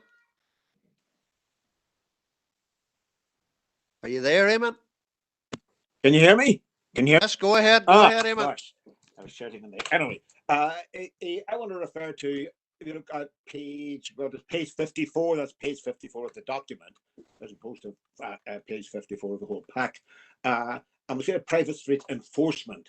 And it says, private street section continues to invoke enforcement proceedings against developers who feel in a responsibility to provide bonds before commencement of work on site. There is an important issue there, of course. Why isn't it? Can you explain? I'm not saying this is your fault, there, the fault of DFI roads, but why can't we sort of make the provision of a bond a condition for commencement of work, or even a condition of the awarding of planning permission? And then presumably this wouldn't arise. Connected to that, I say refer to the sentence where it says, where it becomes evident that a developer is either incapable or unwilling to complete the work, DFI roads will consider initiating legal proceedings. I'm interested in the word consider there. But anyway, so this may result in the need for DFI roads to complete the works and recover the costs. Now, my question on that will be, have the costs always been recovered? Have there been situations in which enforcement proceedings, legal proceedings were initiated, but the costs were never paid back to the public purse? Has that ever happened? And how much, what is the size of that problem? And finally, say that the DFI has no control over the interests of other stakeholders, primarily Northern Ireland Water, another public body, which impact on the delivery of the completion of adoption works. Now, do I understand that correctly when I say that you're saying that Northern Ireland Water has not fully serviced the development or whatever cluster of houses or whatever is involved, and because of that, there's difficulty for yourselves sort of in completing works, because that would be a matter sort of which I think I'm not the only councillor would want to take up very strongly with Northern Ireland Water. So could you confirm to me that I've understood that right? That Northern Ireland Water is falling down on the job and that you have to pick up the pieces. Is that the situation? Thanks very much. Councillor McCann for that there. And David, I'll hand back to you again to take those three councillors' questions if you can answer. Thank you, Chairman. Thank you. Return first to Councillor Carr. Drainage. I'm sorry, I broke up a bit there, Councillor Carr, and Robert, you might have caught that. There's a drainage and flooding issue somewhere. Was it Derry or Strabane? Robert, can you come in there and comment on that, because I have a dodgy connection here and it went a bit squiff, so it did. Yes, I had a bit of a problem too. I think Councillor Carr was referring to Benview Estate. We are aware of the problem there. We wouldn't consider ourselves to be the lead agency and actually addressing the problem there, but we're certainly working with the other agencies. And the last report I had, that they had identified what the problem was. Shouldn't be too difficult to resolve, and hopefully that will address the problem. But say, quite happy to maybe take more information from Councillor Carr outside of the meeting, if that would be helpful. Okay. Problem, Chair. Thanks, Robert, for that. Okay, thank you, Robert. Thank you. In terms of Rossaville Street, the time frame for that, it is our understanding that we want to move forward to fresh consultation in 2021 and bring that forward on a pilot scheme. Some of the things that are coming forward in this as a result of the schemes in Belfast, they want some form of revenue to be generated from that, which may raise concerns in people's heads, but it's around about providing a certain amount of pay and display in the area, which the residents will probably get alarmed about. But I think when you dive down into the detail of it, it could actually work very, very well. So that is something that we're looking at. So we'll need a fresh consultation on that. Frederick Street, in terms of the need for yellow lines, I shall certainly raise that with Declan McBride. Most of you will know Declan, to see what he thinks about that. I don't doubt that there's a problem there. I know I've been down in Rossville Street there a few times and walked around, and I'd agree fully with Councillor Corr that the parking there is chronic, so it is. In terms of Councillor McHugh, the question he asked about sightlines at Cavan Killita Road, and in terms of the need for traffic calming on the Killita Road because the developments extended along there. I see those two probably as two things that could be looked at together. I know there was an AQW last week on the Cavan Killita Road, and we've addressed that, and we've undertaken to look at the signage and perhaps try and provide some traffic calming on Killita Road to try and slow the traffic down. So that is in hand, but I will bring that to the fore in terms of looking for asking our traffic people to see, and through Brendan or through Declan McBride to see do that. Yes. Sorry, David, it's Kilclean Road that I was referring to regarding the traffic calming. Okay, it's Kilclean Road. That's a different matter. So I'll have to bring that fresh to the board. So sorry. Strike the rest. Strike those comments from the record, Chairman, please. I can't comment about the Cavan Kilclean Road. I thought I knew about it, but I'll ask Declan to come back to me on that one, if that's okay. I note your comments again about street lighting and the lack of timeliness, and I'm happy to hear that you've been communicating directly with Martin, because he's my go-to guy in these things, and so whatever he says it will be. And I'll ask him the question too: what do we need to do to try and improve the timeliness of repairs? In terms of Councillor McCann, in terms of private street enforcement, he asked two very, very good questions there, and things that we have been looking at, and we've been discussing them with our people in Belfast and with the councillors in terms of why can we not make a bonds a provision for our planning permission, or make it a provision for must be in place. It should be there. Some councils are actually willing now to put in planning permission without a bond being in place, which is a sort of a new thing to us, because we see that as being very, very important, that you must establish you have the bonds in place and your private street determination in place. You'd also asked Councillor McCann in terms of control over NIW. Well, we don't have control over NIW, but it does be the case on occasions, for whatever reason, that DFI roads will have a bond in place to cover the cost of finishing the road, but unfortunately there is not an equivalent NIW bond in place to cover the sewers and the drainage, which then leads us to a point where we can't go in. We can go and finish the carriage route, but it would be pointless if you have to go back in to relay some sewers that perhaps have a backfall or whatever. So those are things that we need to look at, and it does hinder adoption. So yes, those are good questions, and something that we feel very strongly about it on DFI roads, that there should be a bond in place. Certainly, we not necessarily, there should be a PSD in place. The private streets determination drawing should be agreed at the time of the planning permission, but there should be legislation in place, and I agree that construction work should not be allowed to start until there was a bond in place, so that the developer knows exactly what's expected of him, and he knows he's paying for this, so he should jolly well get on and finish it and do the right thing on behalf of the people, his customers, i.e. the people he's selling the house to.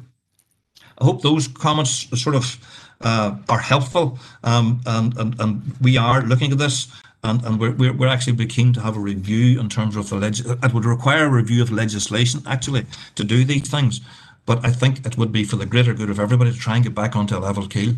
Mr. Chairman, thank you.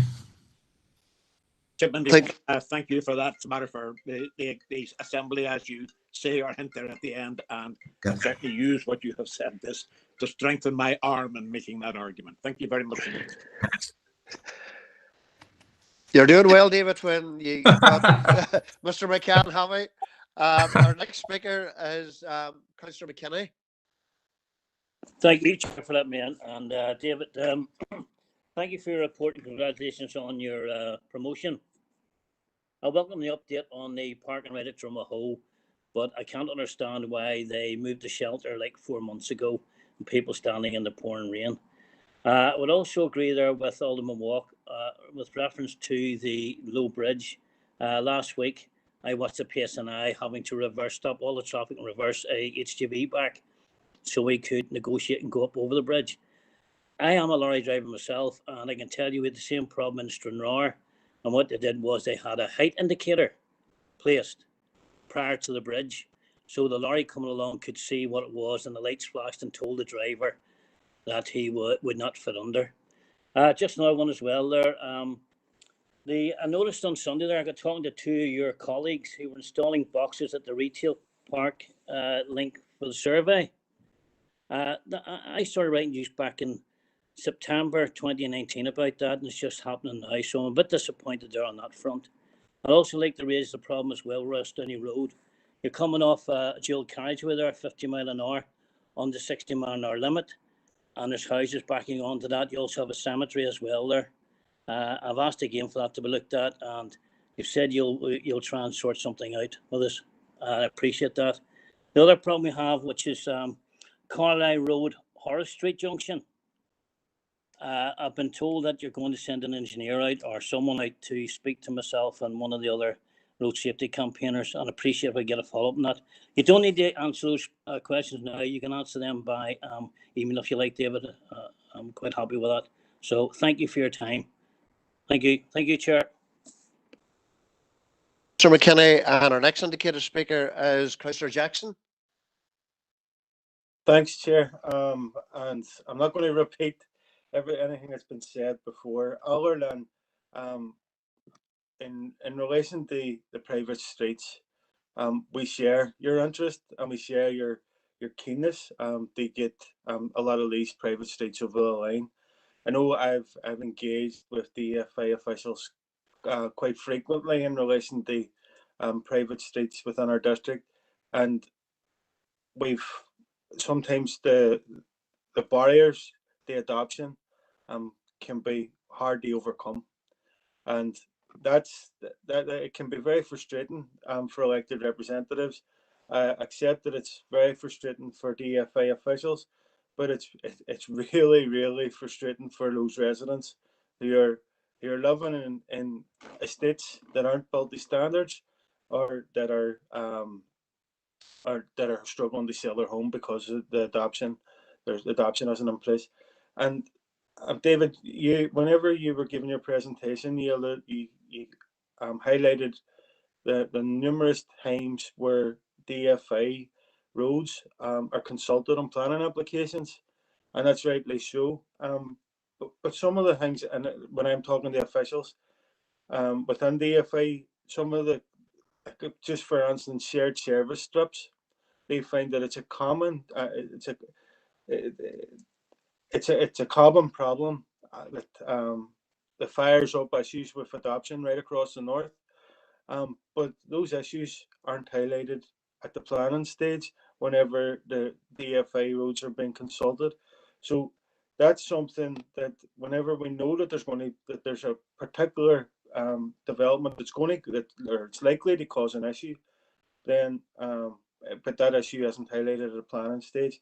I very welcome the fact that Darren Campbell has agreed to assist us in our private streets working group, which is meeting early in the new year. And we're looking forward to working with Darren to try and find solutions to some of these problems.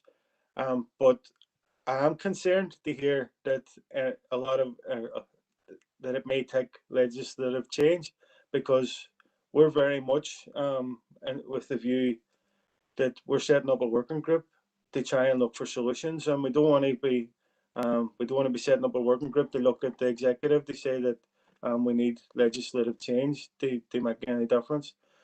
Just briefly, in terms of the resurfacing, a lot of the resurfacing is welcome, like Alderman Ramsey. There's a few streets there that I was a bit disappointed to see that they weren't on the list, but I'll forward that on in the email. But one that was carried out very recently was Chapel Road. And Chapel Road was carried out. The road was closed for a period of time around Halloween. They allow for the much needed resurfacing work to be carried out.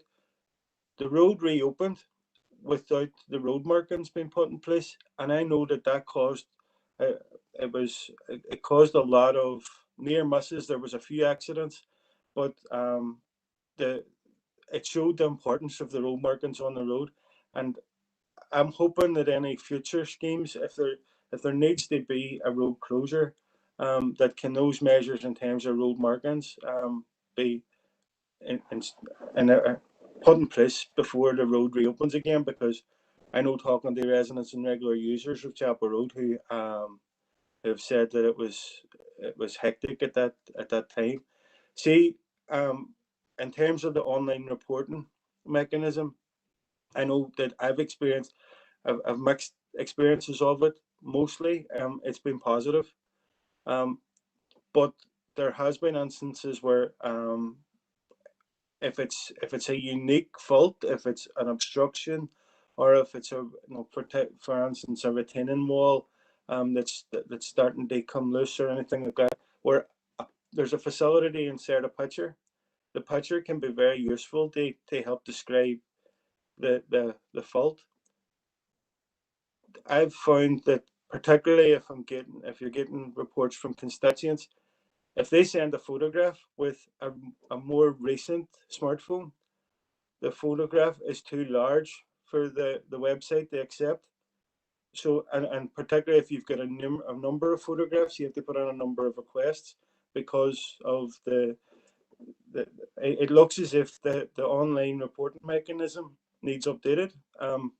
They allow for, and I suppose that's going to become more prevalent as technology advances with people's smartphones. So I just wanted to flag that up as a small concern, but there's always a workaround.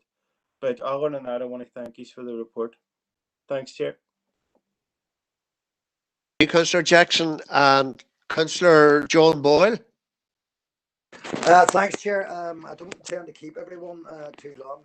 Obviously, a very significant amount of contributions already. David, just to thank you and Robert for coming along again and presenting what is always a thorough report from your particular department. In fact, the level of engagement that we all experience with your department is exemplary.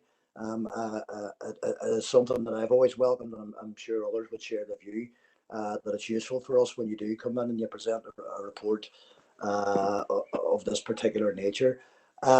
David, just to say, generally speaking, it's just really to remark on behalf of the SDLP that, the report is very positive in relation to the progress of the A6 in particular. And clearly now we do note the direction of travel for the A5, and look forward to further and future development of that in the new year and beyond. And again, just to reiterate, the A2 is considered extremely important by ourselves. The development of it as a transport corridor here in the northwest is vital. I do understand, of course, the Minister appreciates that. In fact, this council very recently agreed to write to your department in relation to encouraging that very key development. And we are cognizant, of course, of the difficulties that have ensued in terms of trying to, I suppose, in a sense, keep everybody happy. And when you're trying to develop a road network in an area like that, that's a very, very difficult thing to do. But again, just to say, I do encourage you to continue to liaise with the local communities along the Buncrana Road and indeed the business people as well. I think we all have to recognise that, when roads are being developed, there are inevitable knock-on consequences for road users, and that's been obviously very very prevalent with the development of the A6, and it takes a little bit more time to get from A to B. But we all understand and appreciate you got to break a few eggs to make an omelette. And so I look forward to the completion of that project. In fact, I have to say, it's quite impressive that even through this COVID period that the works have continued, and they are very well on track. I have a very long list of queries of a parochial nature, shall we say, and you'll be delighted to know, David, I'm not going to ask you about any of them. I will fill in the form as requested and forward them on to yourselves. And they range, as you might imagine, from all manner of street defects to lighting problems, as already outlined by many of my colleagues. Just to thank you for the traffic calming measures that have actually been introduced along the Old Mirror and stuff like that. One of the things I just wanted to point out, actually, because you couldn't remember and I do, in relation to the Craigavon Bridge situation and obviously the lower deck, it was actually my colleague Martin Riley who had been in touch with the department in relation to increased and improved signage. And I think my lorry driver colleague here, Councillor Mckinney, has perhaps suggested a way forward in relation to identifying the dangers there for HGV drivers.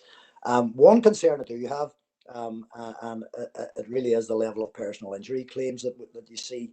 I know it's an annual situation, and I just wanted to reflect on the idea that, sometimes if street defects and footpath defects in particular are not actually addressed, and that's where that may well come from. Maybe you've got a view on that.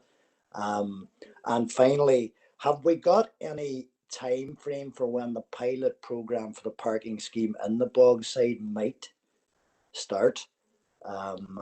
Because again, that has been a very, very long running saga. As many representatives here will also appreciate, there are other areas within Derry City in particular who are again seeking traffic or seeking parking, residence parking schemes, and of course they've all been predicated on how that particular one develops. And I am very keen to see that pilot program start as soon as possible, so that we can actually then begin to look at progressing other programs throughout, particularly the West Bank, where I represent. Thank you, Chair. Councillor McCann, I'll allow you in very briefly now. It's a tiny point I want to make. Well, tiny to us, but a big deal to some people at Strathfoyle. Doing my promise just to flag this up.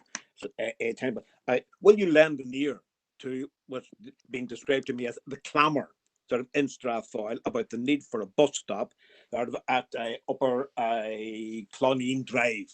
Apparently, it's causing people a lot of aggravation out there, and I promise to bring her up. It's for that reason that I bring it up. Thank you, David. I have one more speaker, and that's Alderman Guy, and that's it rounded up then. There'll be no more speakers after that. I'll have a few words to me say just to round up when he's finished. Councillor Guy. Councillor Guy, come in. Thank you, Chair, for letting me in there. I'm not a member of this committee. Also, I'm just going to keep it short. Just under one thing there, the street lighting. And I note that 3.3.1 Ross Downey Park Gardens footpath, new lighting. Have you taken over? Are you on about the path, steps, walkway? And have you taken over that now? Because I know DFI, that was never handed over, I was told. And it's just basically, and they thank you all and thank the staff for any emergencies I've had, that they've been straight out and dealt with them, and just pass on my thanks to them. And I'll just go through the usual channels for anything else. Okay, David, away you go now. Thank you, Chairman. Thank you, Councillors. I'll just go back to Councillor Jackson, and he mentioned private streets and the need to get, in terms of certain things overlaying and the frustrations. And a few councillors, including Councillor McCann, have mentioned that.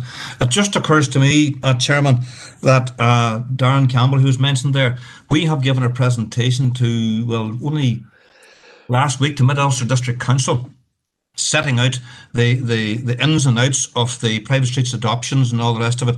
And I would offer that to your council as well. It may be bring some light to some of the questions that have been asked here, and I think I would offer that. And if you want to take it up, myself and Darren would be more than happy to do that. It would only take half an hour, 3/4 of an hour, and a Zoom meeting. So that's something to consider. Resurfacing, welcome, few streets. Chapel resurfaced but closed. I do know on occasion we do resurface carriageways when we can't actually get to the final surfacing coat, and even before the white line, we do open roads on a temporary basis with cones and whatnot, and with no white line warnings. Robert may know what occurred there, but I do know that it is fairly. It's not routine, but we do open roads back up to open traffic at night after we've done a layer of resurfacing without the road markings. Online reporting, that's a good point. I will raise that with the powers that be in our digital services branch. I struggle to remember that, DSB, to see, do they know, is our system capable of taking the larger memory requirement pictures and these PDFs and whatnot. I'm talking like I know something about this. I can assure you, gentlemen, I don't. I'm the most on-computer literate person you would know. Councillor Boyle, the Craigavon Bridge, yes, as noted before, we will take a review of that, and we're happy to take any ideas you may have in terms of how we can better control that. In terms of, you alluded to the personal injury claims there. I think what you're getting to the point was a stitch in time saves 9, and every one of our section engineers and our principals, including me, we know that so well. You know, we're going around patching places, and what we want to do is get full depth resurfacing done and get things put back on the new to build life back into them. But unfortunately, broken record syndrome again, we've got the funding, and we have to make do with what we have. Rosseville, you asked when that would come ahead. Out to consultation again in 2021, and who knows after that? We just don't know. I think us as an organisation, DFI Roads, have learned something in the previous one in terms of how better, perhaps, if you know what I mean, how to better sell it to the residents. I think some of the residents were pretty scared of what was going on, didn't fully understand it. So we've learned some things there, and we start small. And I'd like to think that we get to a point where we get a pilot scheme to really fly, then you'll have other residents coming in and sort of saying, we want a piece of that as well, and we'll make the process much, much easier. In terms of Councillor Guy, street lighting, Ross Downey Gardens, is it adopted? Short answer, I'm sorry, I don't know. We'll have to find out. There are rare occasions, Councillor Guy, where we would have actually maintain a streetlights on somewhere which isn't actually strictly adopted, and it's not a historical thing. Don't ask me how those things come about, but I do know they do happen. But we'll find out, and we'll come back to you, and I'll take a note of that. And I hope I've covered most things there. If not, please come back to me. Chairman. David, for that. Who's that there, Councillor Guy? No, David, thank you for that. And to you and Robert, I know Karen Phillips wants to come in before I finish. It's just, David, I want to congratulate you in your new position as permanent divisional manager. And remember, the further up you go that ladder, the more headaches you have. So you'll be listening to us a bit more. But congratulations on that there. And I wanted to just ask for clarity, David. I know finance is tight, and I've been at too many meetings and reports from yourselves where there are continual cuts in finance, and Alderman Work has reiterated this. And I'm also aware, David, of the cut in staff. You know, staffing across the whole of Northern Ireland, and especially here for the Northwest. David, as far as equipment and machinery, your gully suckers and those type of equipment, your lorries and your gritters, are they up to speed at the moment? Because are they in need of upgrading at the minute, or is there any money in the budget to upgrade? Because I do hear that sometimes that the equipment and machinery that DFI have that is dilapidated. I wonder, could you just come back to me on that, David?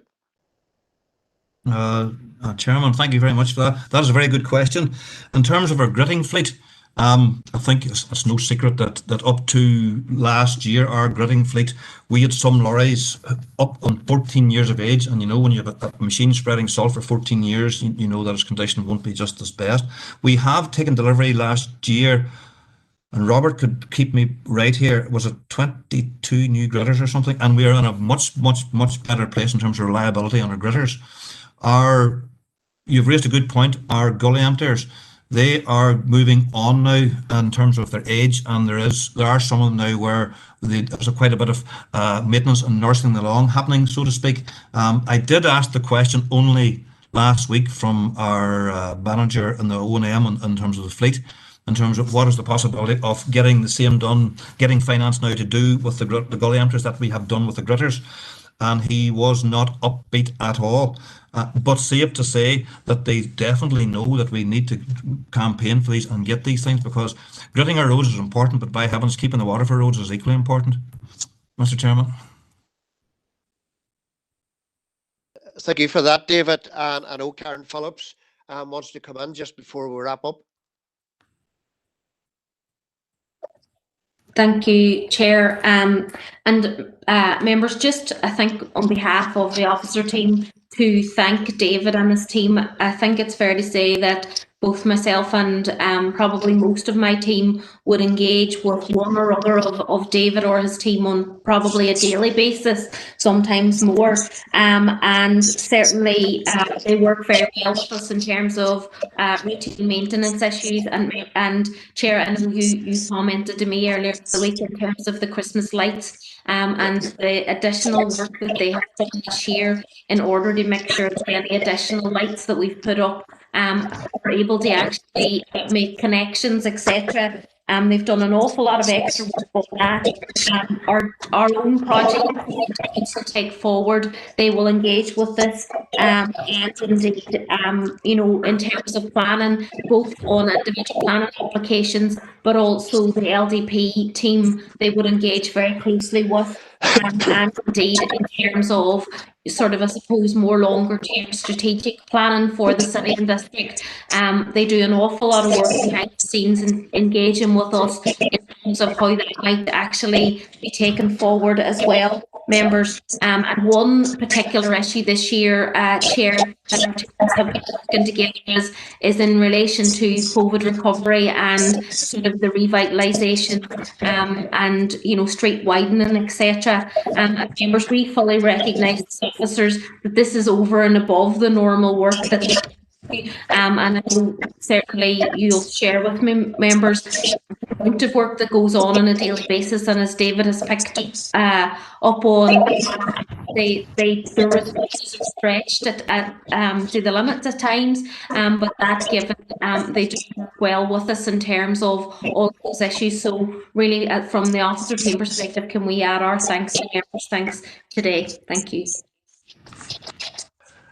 And David, can I just do you want to respond to that, David? Yes, Chairman. I think Karen said everything here. I think we work really, really well together, and I sincerely hope we can continue to do that. It's nice to be able to pick up a phone, and someone at the other end knows that, and you know the person at the other end probably isn't going to like the message you're going to give them, but they're always polite, they're courteous, and if we can do, we'll try and work something out, and that's the secret of this, of what the world we're in now, is collaboration and working together. And thanks to the councillors, all your comments will be relayed back to our staff when we finish this one, because I always say that to the end in terms of when we've all the council. This is the last spring council meeting, and I think I will echo to my staff your thanks to our staff for being available and being there to pick up the phone or to answer an email promptly. That is the secret to this. If we don't talk, we're not going to get anything done. Thanks, Chairman. Just on the back of Karen's comments, I would like to commend the staff that pulled in and were able to help out over the Christmas light, getting the Christmas lights sorted out this year. And I know the difficulty with COVID-19, but I have it in my chairperson's business to mention other departments that have been involved. But a personal thank you from myself as chair of the ENR and the committee here. Just pass on our thanks to the staff who helped facilitate get our Christmas lights up. And David, that's all. The only thing, David, I wanted to bring up was under the issue about HGVs at the underdeck of the bridge, the Craigavon Bridge. There's an issue unfolds fairly often now, I see, and it's up Spencer Road. I think it's Spencer Hill Road. Yeah. I just noticed there that there have been quite a number of problems there at the bottom of Fountain Hill there. Yeah. And I know if you're going to look at the bridge one, that one is one that needs to be looked at as well. Mr. Chairman, I agree with that. I actually happened Last year, actually, I was going up Spencer Road and there was a very large tourist coach had come down Fountain Hill and bottomed out and was well and truly jammed. So yes, I think actually you're quite correct. We should look again at maybe there's some way we could highlight the signage. I know there's a fair whack of signage up Fountain Hill to tell HGVs and coaches not to go down it, but we'll certainly take a look at it again to see maybe we could put a yellow backboard on it or something. We'll take a look. Chairman, thank you. David, on behalf, anybody else wanting to come in there? No? No, David, on behalf of myself, and I know John Boyle has indicated there that sat nav has a lot to do with it, because I do believe he's right. Yeah. I do believe he's right. And for people who don't know the area, follow the sat nav, and maybe that's part of the problem. But David, thank you and Robert today for coming in and given a presentation here. Some very, very good stuff and very, very positive stuff. And as you know, when you come to a meeting here with at the Enr on behalf of our council, there are always issues, and hope you take them away, David, and look at them and try and address them. But once again, thanks for you and Robert coming along today. Thank you, Chairman. Thank you, councillors. Thank you, everybody. Thank you. Thank you, David. Our next piece of business is chairperson's business, and nobody has indicated to me that they wanted to come in. I've just a couple of things I wanted to raise under chairperson's business myself. As Karen has said there, I know there are a different number of departments that have moved in or helped with us over the getting the Christmas lights up, and I would like to say as chair of the committee, thank you to all those departments who have helped out, and I'm sure, Karen, you know them all. And I'm just wondering, would it be feasible that we write each of them a wee letter just corresponding our thanks for helping out with the Christmas lights? Would everyone be happy with that? Chair, we're happy to take that forward on behalf of the committee. That's okay. The other probably the good news is the rollout of the new vaccine, which happened this last couple of days, and I have to say it is very, very welcome news. And look, we know we're hopefully coming out of a lockdown at the end of the week, and I would just appeal for everyone to be safe and stay safe, because Christmas is only a few weeks away, and just be mindful coming up to the Christmas period, but the last thing we need is a lockdown before Christmas. But I'd just like to send a message out from the committee for everyone to be safe and stay safe.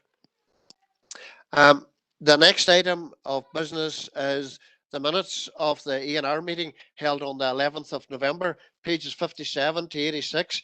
And members, these have been passed and ratified in the council. Is there any matters arising coming out of those? I see Councillor McHugh wants to come in. Is it matters arising, Councillor McHugh? Yes, Chair. Go ahead, Councillor McHugh. Chair, just the usual question about an update on Young Recycling Centre. I believe there may have been some progress in that since we last discussed it. Thank you. That's ER21/20, by the way. Thanks. Is Connor on the line to give us maybe an update on it? Yeah, and Chair, perhaps he can do Eglinton as well. Yep. Thanks, Chair. Yeah, since the last meeting, we've had a number of meetings. We've had a number of other sites that have come forward from interested parties in the area, and we're taking all of that forward at the moment. Some of them we have ruled out, and just that they're not suitable or acceptable. I said we had discussions with Mr. Sproul, the owner of the landowner adjacent to the current site, and we're working up drawings in terms of a proposal around that. But all of the actions as detailed in that previous report are moving forward. And I'd like to Chair, it'll be February now, just in time to get everything into another report to bring forward to members, but we would hope we'd have some firm decisions to make at that time.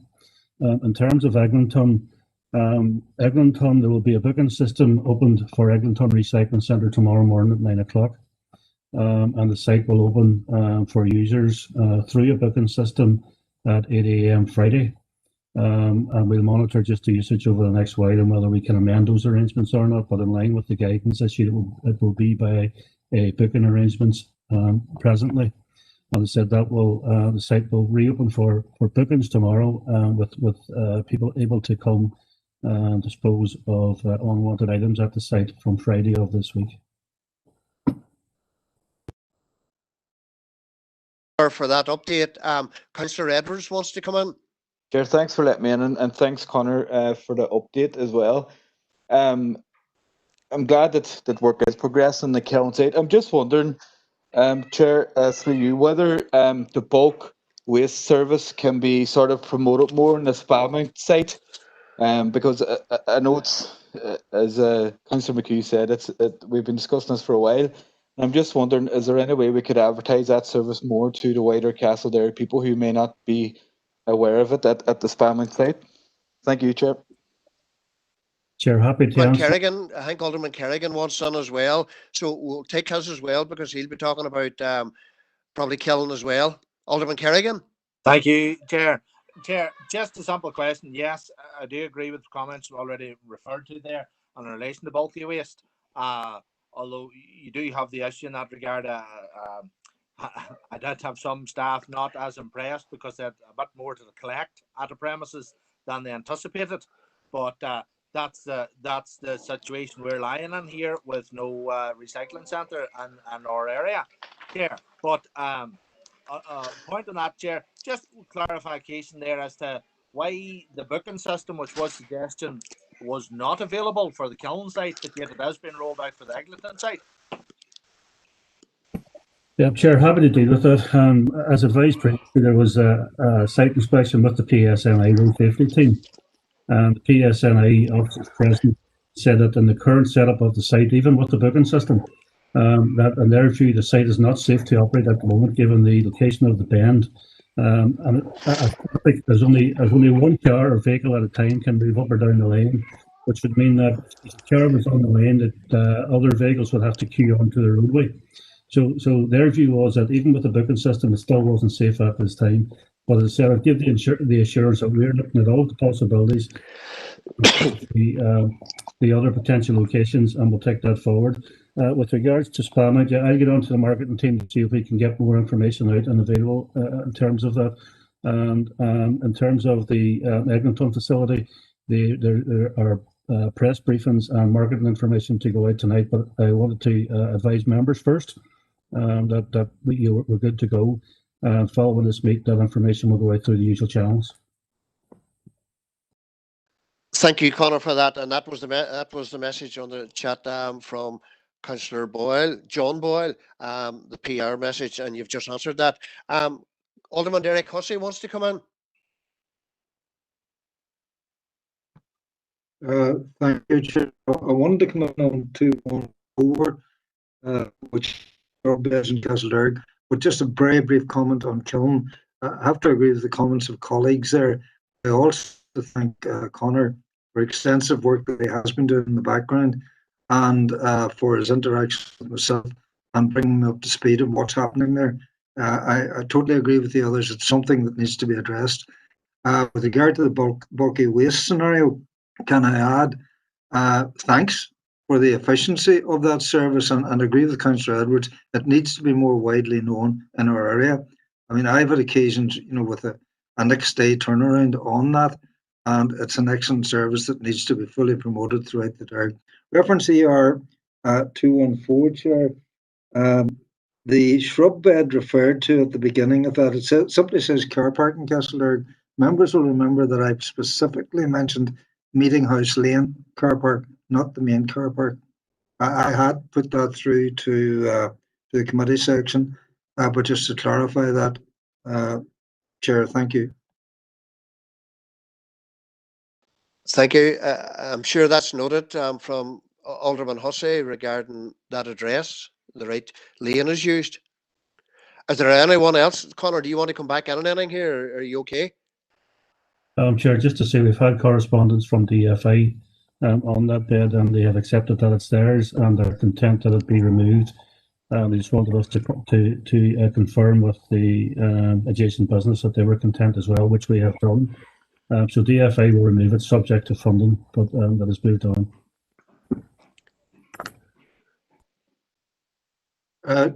For clarification, yes, I understand that one with regard to McKay Court, but I have referred to Meeting House Lane car park, just for perfect clarity. Thanks.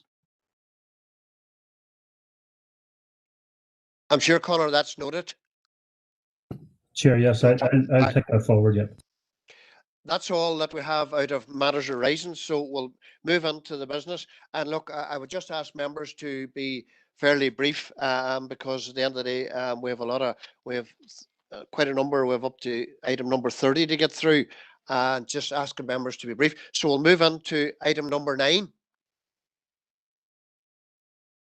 Through you, Chair, members, I can take item 9, and members, that's to inform members of the outcome of an application to provide bilingual signage at Lisfannon Park, Strabane and Sevenoaks, Waterside. Members, that you can see from your report that given the outcome of the plebiscite, members are asked to approve the erection of bilingual signage at Lisfannon Park, Strabane. However, Sevenoaks did not meet the criteria within the policy for the plebiscite. So, members, I would be happy if we could have a proposer and seconder for that. John Boyle has proposed there. Do we have a seconder? Chair, Councillor McKee. Councillor McHugh. I also see Alderman Hussey wants to make a quick comment. Just a quick comment. Obviously, the proposal is within policy, but it is disappointing when you look at the percentage return and Lisfannon Park, and indeed Sevenoaks. Very small percentage that is reflected there. Lisfannon Park looked at as around about 20% return. So, you know, okay, the actual answers on those returned have reached the threshold, but it's far, if you took it on the overall estate, it's far below the threshold, what it is within policy, and I accept that. Thanks, Chair. Alderman Hussey, your comments are noted there. We have a proposal by Councillor John Boyle and seconded by Councillor McHugh. Are we happy enough to move on? We move on into item 10. Thank you. And Frank will take that one, Chair, if you're happy with that. That's okay, yep.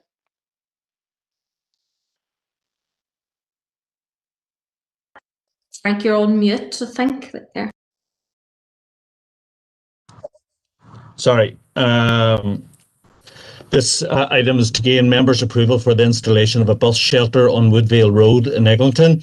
A request has been received by an elected member from local residents for a bus shelter to be installed along Woodvale Road, leaving Eglinton, where a private bus hired by the Education Authority stops and picks up around 30 to 40 pupils to transport to school in Claudy.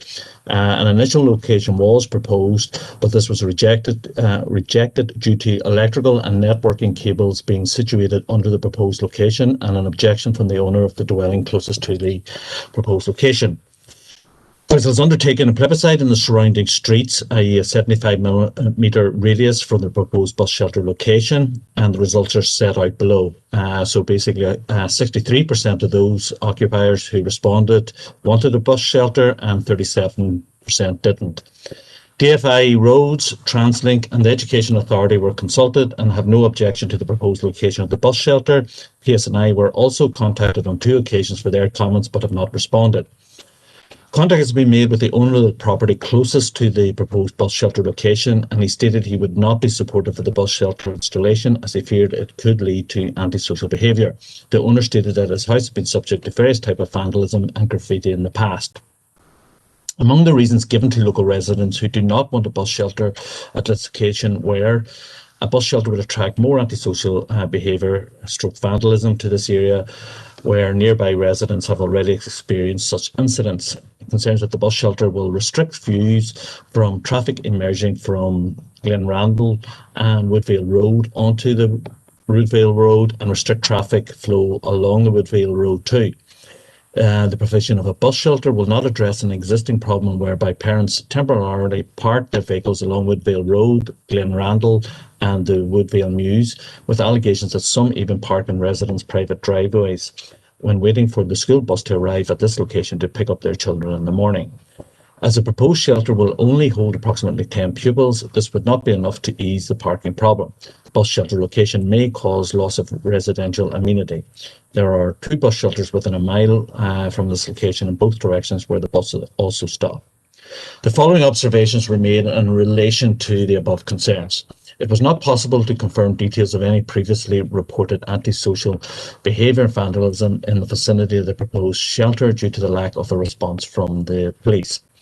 As is normal practice, DFI Roads were sent details of the proposed location of the bus shelter for comment, and they have no objection.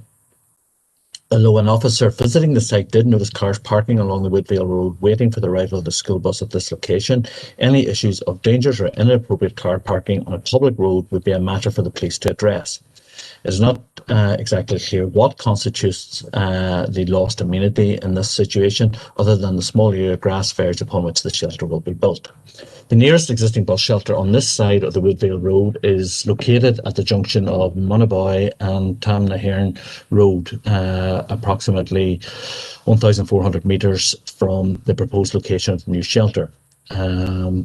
So there are no added financial or other implications to council associated with siting of this new bus shelter other than the typical cost of erecting such a shelter elsewhere.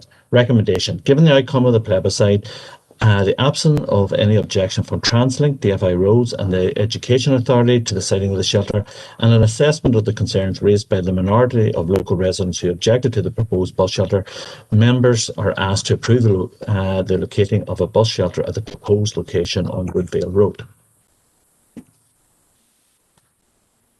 Chair, can I come on? Your name's not. Is your name on the? I haven't got your name on the list now. Oh no, that's okay. I will let you in now that you have spoke to me, that you have mentioned me. It didn't come in the group Sorry, chat. I'll put my name on here now. The first speaker indicated here is Derek. Thank you, Chair. Just very briefly, I mean, the issue is obviously an Eglinton issue, but there is something within the report there that I simply want clarity on. In section 3 of the report, key issues, is undertaken a plebiscite. Would that be normal process, or is it, what would happen? And I'm mindful of the NIMBY scenario that you always get in this type of application. But with regard to the actual recommendations, no comment whatsoever.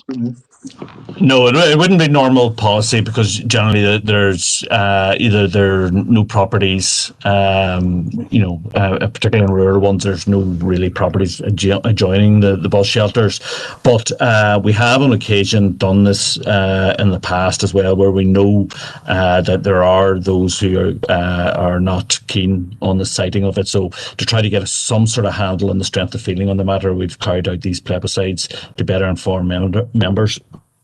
Appreciate that, Chair. Thank you, Frank. And the next indicated speaker on it is Councillor Dobbins. Thank you, Chair.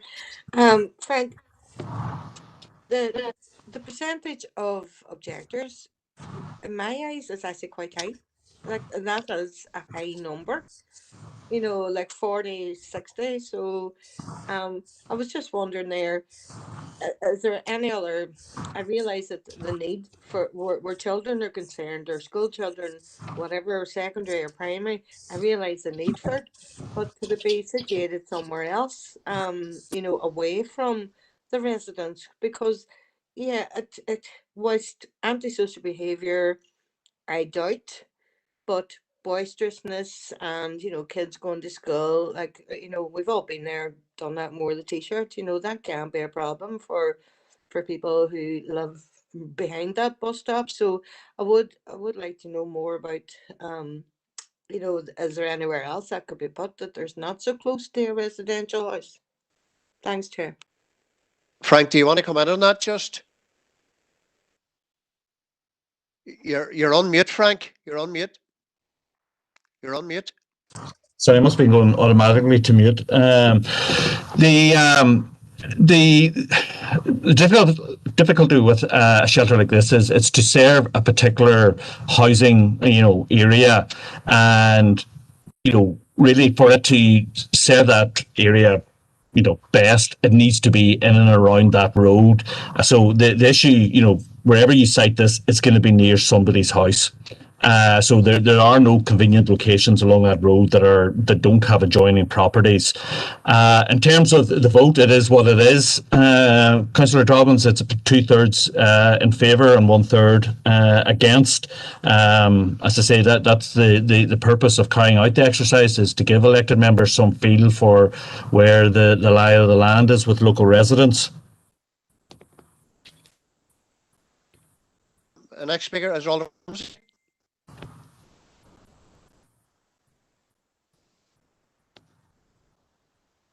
Ramsey. Chair, don't know what happened there. My camera. Yeah, no. Listen, I know that our assembly office was involved in this, and I know that our local councillors as well, for that area, were involved in this. And this is a need which, this is an ongoing need for quite a while now.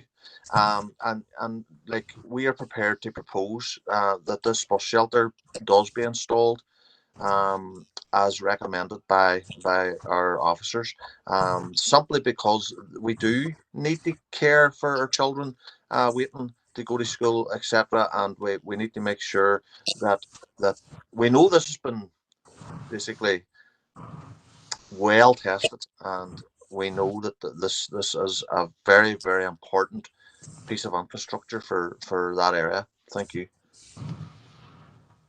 Thank you, Alderman Ramsey. Councillor Fleming wants to come in.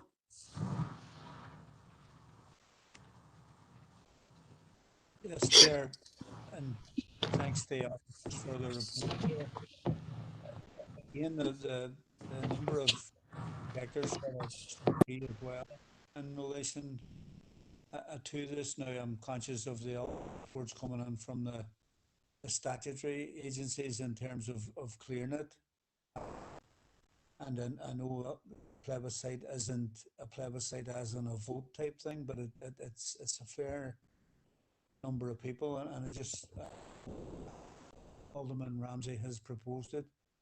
Just wonder, would there be a consideration to put it or leave it the full council? Just give a wee bit more for reflection on.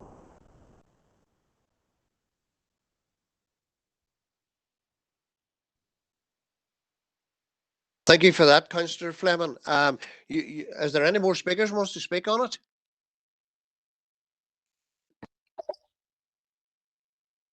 See anyone? See. Let's see. Yes, Morris, it's Ryan McCready here. Thank you, Ryan. Go ahead. Apologies for not getting in the chat box. Well, thanks for the report, and it is something that was brought up over a long time from the residents who see a requirement and a need for it within the area. And notwithstanding, the level of objections, and I do note other members' comments about it, and it's something that you can't dismiss. But to a point where you mentioned about the kind of 60-40 or 1/3 and 2/3, there needs to be a line somewhere where it is accepted. And I think in this case, it is close to the line. But, I would certainly second Alderman Ramsey's proposal at this point and see how it goes with members today. And, by all means, when it is ratified in full council, there will be other members of the DEA and the wider area who will look to add more value or uphold the decision. It's down to members ultimately, and either way, as a representative for this DA and the village, not everyone is unanimous who have came and spoke to me, and at times you have to make difficult decisions to put the greater good amongst a smaller minority for the likes of kids and the bus and the residents. Then I'm prepared to do that and answer for those who do object to it, and I'm going to have difficult conversations to justify I do this, and that's why I'm here, to make these decisions for my DEA in particular. So yeah, I second the motion, and I'd like to put it to members. Thanks, Chair. Thank you, Alderman McCready, for that. Councillor Dobbins, are you still looking for clarity? Yes, Chair. Listen, I really apologise, but Paul, Councillor Fleming, I did not hear one word except for the last two words, full council. Could you I just, Chair, were you able to pick that up? Could you just maybe reiterate what was said? I think Councillor Dobbins, he reiterated concerns and round against those opposed to the bus shelter, and maybe his idea was maybe to leave it until full council. But does that clarify what he said? Yeah, it does, and I agree with Alderman Mckinney there. It will go to full council, so that no, I know a proposal has been made. It has been seconded. It will go to full council, so maybe that would be the arena to, if anybody needs to raise concerns. Thank you. It has been proposed and seconded by Alderman McCready here. And I know there are comments here that it will end up being ratified at full council or whatever the case. But I'm minded here that there is division here in the committee. And Karen, I'd be minded to take this to a vote and see where it goes. Thank you, Chair. Sorry, did you want to come in, Councillor Fleming? I just want to come on just to be very clear in terms of the Chair's last remarks, division. Certainly from my point of view and from our party's point of view, it's not about division. It was for a bit more time to reflect in terms of the sizable number of objectors, but it's not about division in relation to the need for the bus shelter. You probably used the wrong word there, Paul, but I would ask Karen to take it to a vote. Thank you, Chair. I'm happy to do so. So I think that obviously the proposal is to approve the officer recommendation. And if I can go through members, Councillor John Boyle. Or Councillor Sean Carr. Abstain. Okay, Councillor Angela Dobbins. For Karen. Councillor Mary Durkin. Sorry, Councillor Durkin, was that for? For Karen. For. Thank you. Okay, Councillor Stephen Edwards. For Karen. Thank you. Councillor Paul Fleming. For Karen. Okay, Councillor Christopher Jackson. For Chair.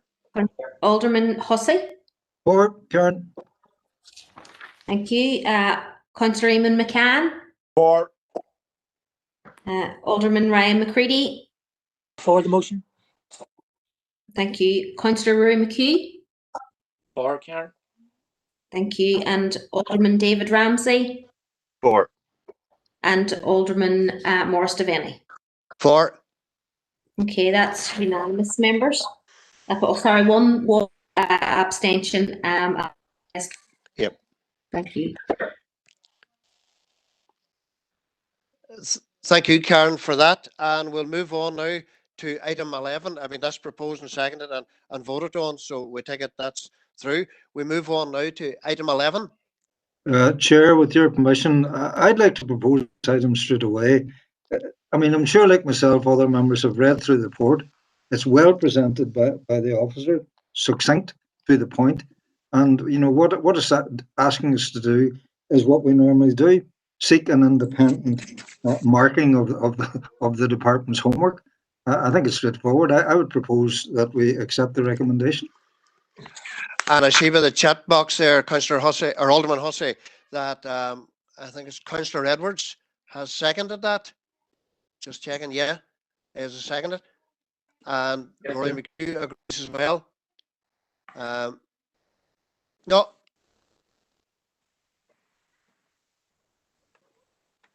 We're happy enough. We take that as proposed and seconded. Everyone agree. We move on then to item 12. Thank you, Chair, and I'll take item 12 today. And members, the purpose of this report is to update members in respect of matters relating to Cregan reservoirs, where the absence of a responsible reservoir manager arrangement is currently impacting on development within the flood inundation zone of the reservoir, and members to seek authority to work with the relevant central government departments and Cregan Country Park Enterprises Limited to identify possible solutions to this.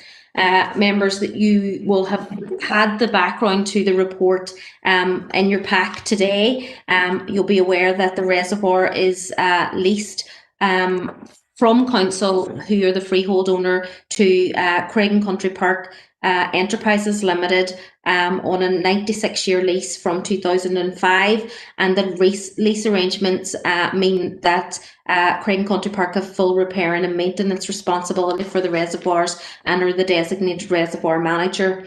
And however, there is no responsible reservoir manager arrangement in place with the Department for Infrastructure, as there is with some other reservoirs in Northern Ireland, and the absence of this is impacting on Rivers Agency's ability to confirm that developments planned within the flood inundation zone comply with planning policies relating to flooding. Central government departments have been in communication with our senior council officers in respect of the potential for this issue to impact on the continued development of the Fort George site and the wider developments in the city, and seeking council support to find an appropriate solution. Members, communication between central government and council on this continues in terms of seeking to identify a way forward. And members, this is in addition to all the parties, including Craig Country Park, seeking to identify options to ensure the safe and effective and sustainable management and maintenance of the reservoirs to meet current and future reservoir legislative requirements.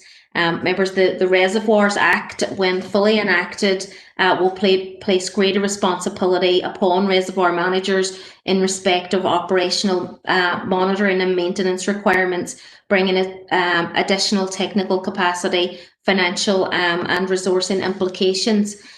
Central government departments acknowledge that council, by virtue of the lease, don't have responsibility for operational maintenance and management of the reservoir, and the council doesn't have the available capital budgets to fund the capital works to the reservoir that are required to enable a responsible reservoir manager arrangement to be put in place. And members, these works are estimated to cost up to £1 million.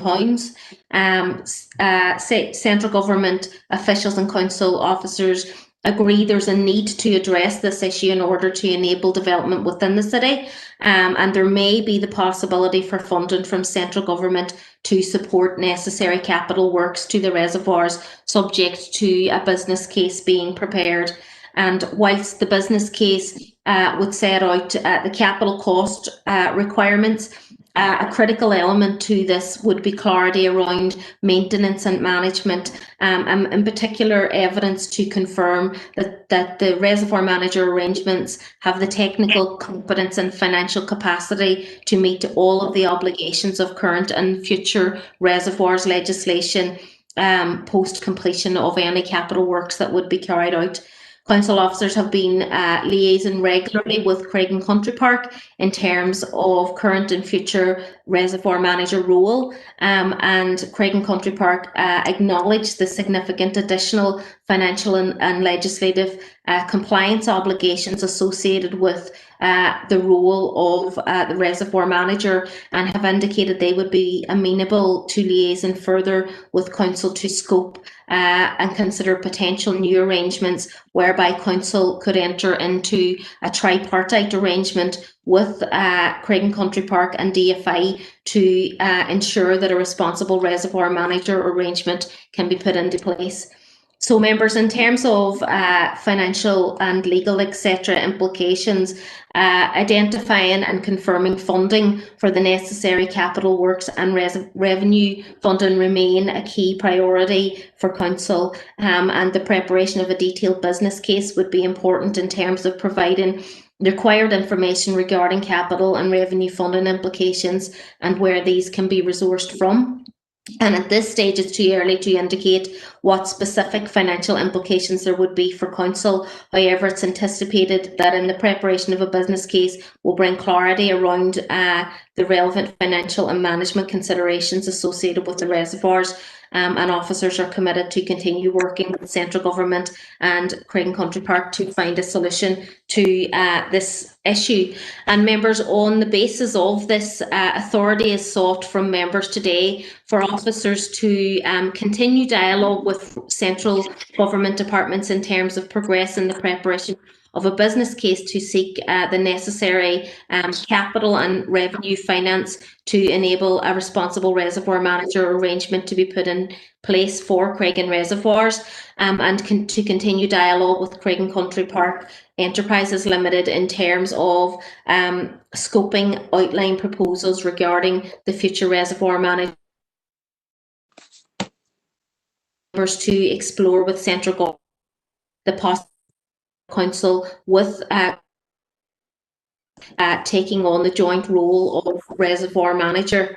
And members, in terms of this last point, there may be the requirement for council officers to assume some of the future maintenance responsibilities for the reservoir.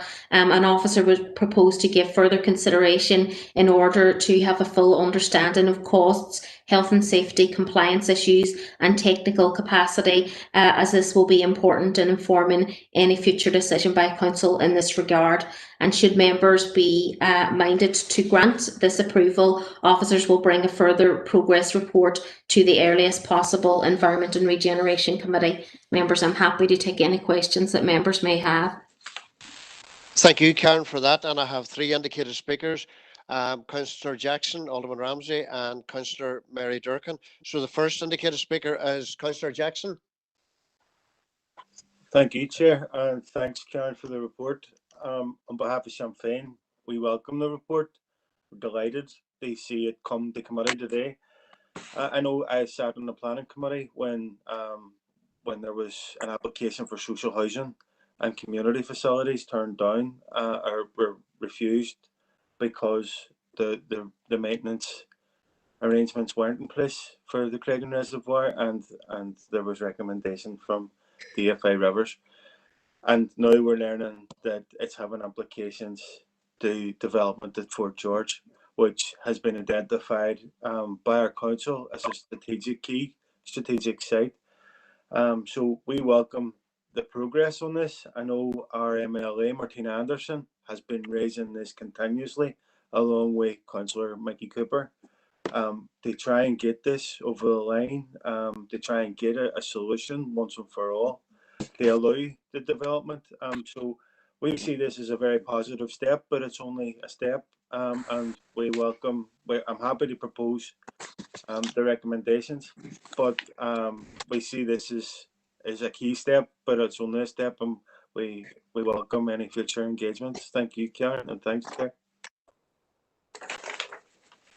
Councillor Jackson for that. Alderman Ramsey. Thank you, Chair. Just we have no issue seconding that. We also welcome the report, and I'll second Councillor Jackson's proposal. It is disappointing that in 2005, you know, hindsight's a wonderful thing, but whenever the lease was drawn up, etc., there was obviously weakness on it, because £1 million, there must have been something about maintenance in the business plan, which obviously hasn't been taken place and has allowed this happen. But every day is a school day, and we have learned hopefully from this for future references, and we obviously want to see Craig and Country Park Enterprise getting sorted out with whatever has to be done, and we hope that we can get the funding in place to help them move forward as a unit, because this is a very, very important part of our infrastructure also, for community and wider. Thank you. Alderman Ramsey for that. Next indicated speaker is Councillor Mary Durkin. Thank you, Chair, and I'll keep this brief because I'm happy with the proposals too and agree with what has been said. And Councillor Jackson's right, you know, it's very important for the developments that he's talking about, but there's also wider implications. And you know, it's good to see that MLAs from different parties are exerting pressure. I know Sinead McLaughlin has been working on it too, But I'm just concerned about, I know Karen has indicated that it will be brought at the earliest opportunity. Reading the report, I was concerned that perhaps the urgency about this wasn't captured in the report. And, you know, I'm so conscious of other times where we've been relying on central governments working with us to develop business cases and stuff, and, you know, it's not been a priority. So I just think it's so important to have a tightened timescale here, you know, and to see action delivered. So, Gurmayogut. Thank you for that, Councillor Durkin. Councillor McCann. Well, I join with Councillor Durkin sort of in welcoming sort of an added an injection of urgency into this whole question. I also think that, you know, the case for having a manager or a management structure with a manager sort of who knows the issues involved. And how will I put this? I think of anybody who's been up and around there, councillors who have been involved in any way with it. If I think if any of us was to be asked, well, who do you think could fill that role? I'm not going to say who I would think would fill that role, but I suspect sort of that we all know who is best placed to fill that role, and we should get on with it. The funding, of course, is absolutely important, and there should be effort made, sort of both at Stormont and wherever else, to get that funding. And we don't have to present this simply, you know, as I know sort of something that we are vaguely entitled to. I mean, the people of Glenowen and the Glen, Rosemount, and down to Pennyburn has been said, and so on, are actually extremely frustrated. I'm not blaming anybody for that. It's just by the situation they're extremely frustrated that they have potentially this excellent amenity on their doorstep. You know, and when I think about it, what I would think, and this is something to consider for going for planning, you know, sort of that we could have green areas, parkland, there's waterland there, there's an amenity sort of for a wild area. I would like to see a wide area, sort of a grass sort of and so on. I think it should be, it deserves the sort of investment and the sort of attention that Brook Park or St. Columns Park has received. And they are two sort of the great success stories, I would think, of the city. You walk around any of them at the moment, even in the cold weather, they're a joy to be in. So I think not only for local people, but to enhance both the environment sort of, and to enhance the city generally, it's very important that we get the proper structures in place and the proper financing in place to make sort of that area around the reservoirs, to make of it what can be made of it. And I think we're a wee bit behind in this, but thanks very much, Karen, for giving it that sort of wee spin of urgency that it needs. And let's carry on from here and maybe accelerate even what's happening with all the difficulties to do with planning and recruitment and all that. Thank you. Thank you, members. Councillor John Boyle. I won't labour the point. I didn't know what Councillor Durkin was going to say, and I didn't know what Councillor McCann was going to say. And so just to say, can I lend my voice to those? And I'm sure others would share it. This matter, it has to be expedited, and it has to be expedited as a matter of top priority for this City and District Council, because the management structure, when we put it in place, the arrangement and the partnership between the City and District Council and Craig and Country Park, as already alluded to by others, is the key to unlocking key development sites across that swathe of the West Bank of the city. And currently, we are caught, particularly in planning matters, we are caught between the devil and, sorry to say it, the deep blue sea here, if you consider that to be the Craig and Country Park. And so I don't envisage that the people of this city particularly care which government department actually pony up for this. I think a combination of a number, but really genuinely, I share Councillor McCann's concern in this. This needs to be addressed as a matter of top priority. Can I also thank Karen Phillips and her team, because I do know and I do appreciate that they've been very focused on this. The planning department have been very focused on this for a considerable time now.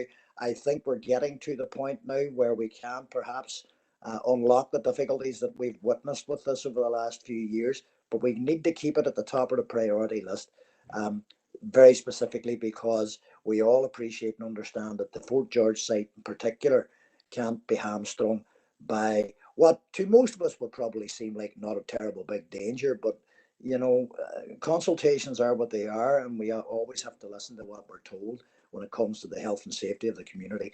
I don't want to over-egg that point, but we've got to keep it, and we've got to keep focused on it, Chair. Thank you. Yeah, Chair, could I just yes, go ahead. Come back again? Yeah, Chair, and it's just for members' benefit to clarify a couple of things. Number one is, yes, members, my team and I have been doing quite a lot of work in terms of being able to understand the specifics of what would be required, and so members, certainly we do think that this is a high priority, and we are taking forward the work as quickly as we can. But really, just to let members know that, I think in terms of Councillor McCann's points in relation to the wider, I suppose, master plan and development of that site, members, that issue, whilst we have been working with Craigan Park Country Park on that, and indeed we've hosted a workshop with them with a number of council officers recently to look at that issue. That is slightly more long term than this issue in relation to management and maintenance of the structures, which is the issue which relates to responsible reservoir management. So whilst both of those issues we will progress, the issue around the reservoir manager arrangement is specific to the structural structures of the reservoir, as opposed to the wider parkland and its amenity and the residential benefit that it has, etc. But just to reassure members that both of those issues are being explored and taken forward by officers in conjunction with Craigan Country Park, and we'll keep members updated in relation to that as we progress with them. Thank you. Thank you, Karen, for that there. And you've heard from the members there. The priority is the word being used here, and urgency, and you've taken that on board. I see Councillor Dobbins needs an urgent call because our electric power has been cut off. Seen there, so maybe that has to be an urgent piece of work for her. But it has been proposed by Councillor Jackson and seconded by Alderman Ramsey. Are we happy enough to move on to the next item? Okay. Number 13. Yep. Okay, members, this report's to present the historic landscape appraisal in respect of the Boom Hall land and to seek your approval and endorsement of the document. Members, you'll recall the items presented to September and October's Enr meetings in respect of matters relating to the council-owned Boom Hall estate. As at September committee, you were appraised of the conservation management plan, which was prepared by our consultants, Alistair Coey Associates, which was subsequently endorsed and adopted at that meeting. As part of the presentation, members were advised that in addition to the main commission, that the consultants have been asked to coordinate the preparation of a historic landscape assessment as an addendum to the main conservation management plan, and that this was in progress. Whilst the focus of the conservation management plan is primarily on the built fabric, namely Boom Hall House, the stables and the wall garden, it does acknowledge the importance of the landscape setting within which these features are located. However, in order to have a comprehensive baseline assessment and documentation of the estate in its entirety, then it's been important to undertake a separate yet complementary assessment of the natural landscape setting and its various components. The historic landscape assessment is therefore focused on the landscape setting of the Boom Hall estate, given its many significant characteristics, including its archaeology, topography, history, ecology, layout, and other key landscape features that sit within the boundary. A specialist landscape consultant was commissioned via the main contract between Council and Alistair Coey in respect to the conservation management plan. The process of procuring the consultant for the landscape assessment was overseen by Alistair Coey, who ensured coordination between this process and also that of the conservation management plan.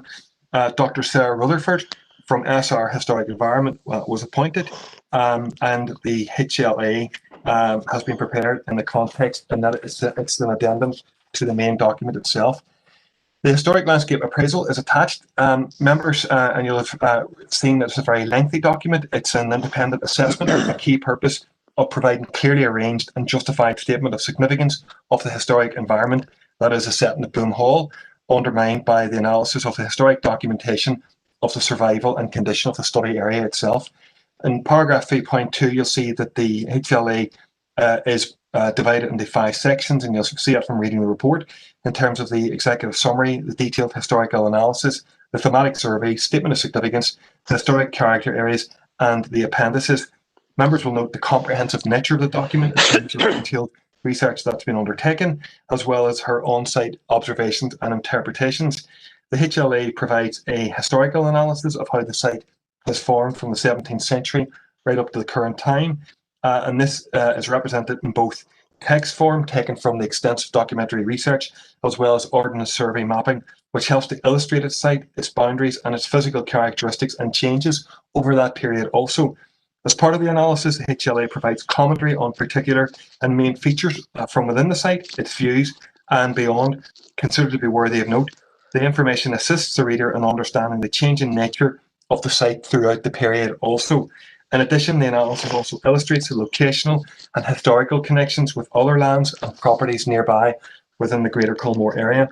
The HLA goes into further and more specific detail in terms of individual site characteristics and features, and provides a matrix on these in terms of their origin, landscape significance, condition, and any other general observations. The document uses a grading system which assists with understanding the significance and condition of particular site features, ranging from very significant to not historically significant. The document also presents suggested policies and recommendations for Council to consider further, and lists these in terms of order of priority and timescale. The suggested policies and recommendations are split into several categories, including management of boundaries, archaeology, historic documentation, buildings and structures, wildlife, ecology, designations, etc. So finally, in relation to the implications, the HLA provides a very comprehensive assessment of the Boom Hall landscape and represents an important document for the current and future management of this key historic asset. The document aligns closely with the recently completed Conservation Management Plan. Both the Conservation Management Plan and the Historic Landscape Assessment are independent, specialist assessments, and as such provide suggested recommendations and policies for Council to consider further. It will be important now that we're in receipt of the document for officers to undertake further assessment of the recommended policies and actions contained therein in the context of the associated implications to Council in terms of financial, technical, management, and to consider these in the order of priority. The value and significance of the HLA is fully recognised, and that, along with the Conservation Management Plan, represents a commitment by Council as site owner in investing in key baseline technical and historical analysis and research in terms of understanding the site that will provide a valuable resource in terms of how we as Council manage the site and asset going forward, as well as to help and shape and inform any future development proposals for the site also. The total value of the commission amounted to just £8,102.50, with these costs met through the existing contract and budget committed to, for the Alistair Coey Associates main commission. So members, in conclusion and recommendation, we're asking you to note the contents of this report and to formally endorse the attached Boom Hall Historic Landscape Appraisal. Thanks very much. For that, the first speaker we have coming in is Alderman Ramsey. Thank you, Chair, and thank you very much for this report in front of us today. This here really does prove about how important it is about getting things right, and this proves why we have a conservation management plan, and now we have the HLA. What a read! Fantastic read. It's lengthy. It's full of history. This is a gem. This is a gem that we are going to protect. This will be similar to obviously our other parks, where we have a lot of infrastructure. And whenever you read through this, I mean, the many different links, paths, etc., that are under basically whatever now at the minute, and like the well, right? King James's Well. First I've ever heard of it. I've obviously heard of the Boom Stone, but hopefully we'll find that. It's just amazing history, and proves we're doing 100% the right thing.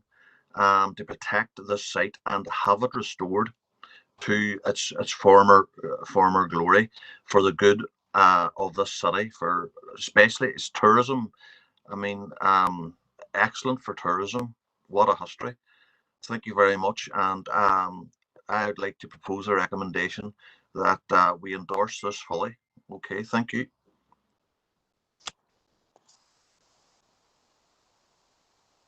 Thank you, Alderman Ramsey, for that. The next indicated speaker, we have two speakers on here. Councillor John Boyle first, and then Councillor Jackson. Councillor. Thank you, Chair. I share Alderman Ramsey's enthusiasm for the report and the paper that was presented through the report.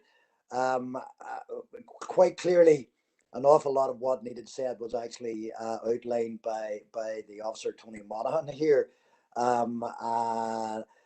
in relation to the natural landscape, the setting. I mean, the report itself was absolutely fascinating, and whilst obviously we read many reports in this council, I have to say, Chair, I found this absolutely fascinating, informative, educational, and I would nearly go so far as to say if somebody wrote a book about it, it might actually sell quite well. Can I just say, it's a valuable piece of work in relation to future plans for the site. And of course, we're not being prescriptive around that at this particular time. And indeed, I do want to come back to that matter if Karen or someone could answer one query in relation to how we move on with this, because back in September, there was mention of terms of reference for partner selection processes. So an update on where we might be on that, because again, I think at that time we had expressed a desire to see that happen sooner rather than later, and again to be expedited. But when you look at the potential of what is there, and then when you read this particular report, and I would concur with Alderman Ramsey, there was so much in this report that I personally did not know. And again, I found it educational in that regard. Just one little vignette, even in it, when the report was actually talking about, the big houses along the river, and you had Boom Hall and Brook Hall. Brook Hall obviously is still very well kept and in the possession and ownership of a local family. But something I didn't know, Thornhill was one of the other big houses in that area, and it belonged to Watts Distillery family. And so actually a little vignette in the report was local people used to know it as Boom Hall, Brook Hall, and alcohol. So Thornhill apparently was the Watts family. So I found it, even that itself fascinating. Just to say, brilliant report, fully supported. Look forward to future development along that particular site. Partnership working, all of the things that we all want to see, and fully endorse the approach as suggested in the paper. Thanks, Chair. Thanks for that, Councillor Boyle. Councillor Jackson. Thanks, Chair, and thanks for Tony for the report. Unfortunately, I'm not going to be able to match Councillor Boyle with a history lesson, but we welcome the report, and we value we recognise the importance of the setting of Boom Hall. And I suppose when we look at when we talk about the management of the site, we recognise that the setting plays a role, and I know in terms of the significance of the site, Chair, just in terms of when we're looking forward and trying to, when we're looking at a vision and trying to, and Councillor Boyle alluded to the selection process, where we're looking at what the future development of the site's going to look like. This document or this piece of work will help inform that piece of work. So we recognise the importance of it, and it, in this grand scheme of things, it's a modest sum of money for given the significance of the site. So we're fully supportive of the proposal that's been put forward today. Thanks, Chair. Thank you, Councillor Jackson. Councillor McCann.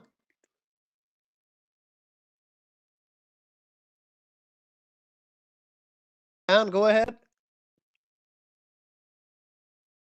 Councillor McCann, amen. Got it now, have I? Very good. My stubby fingers have at last found a place on the screen to do it. I also found the report gripping, and we don't usually say that about reports. I think it's not a word which is normally attached to reports of this sort. A terrific read and very informative and indeed educational. And I just wanted to make a sort of an observation about it, just to add a wee bit to all the history sort of that we know is associated with this site, is that there's still trees down there, and there might not have been. We used to have a thick forest all the way down along the river to Comore, and on the other side, some of which is still there. Much of it was stripped away to build ships for the British Navy, sort of particularly in the 17th century.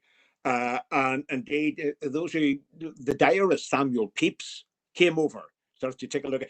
Samuel Pepys was the man who bought everything for the British Navy to provisions, which he was the biggest buyer of stuff in the whole world at the time. And they built the biggest navy in the world, largely with wood, or partly anyway, started with wood along the foil, but they didn't touch what was there at Boom Hall. So I like to think, that the British couldn't have built their empire without our wood, but nevertheless, we have retained that bit around Boom Hall, and we should cherish it. Thank you. Thank you, Evan, for that there. Another history lesson again, so it is. But I have to just, on the back of all the comments that have been said there by the committee members, I do support all the comments there. So this is a hidden gem down there. And really, we don't know the full history about it, because I'm sure their members could sit here and listen to it for hours and hours, and there'll be new information. But it is going to be a very historical site, educational site, and it has great, great potential. And just to move it forward, it has been proposed by Alderman Ramsey.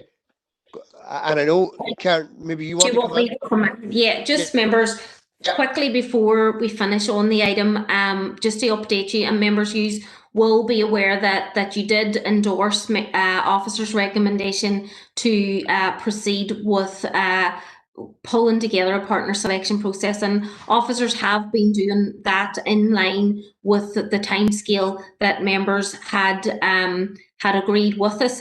And members, that is to consider in the first quarter of next year that we would undertake this process. Now, members, clearly obviously, we were aware that this landscape character assessment was underway. We wanted to make sure that members had considered that, and should you endorse it, that members, that then becomes part of what we would feed into the partner selection process.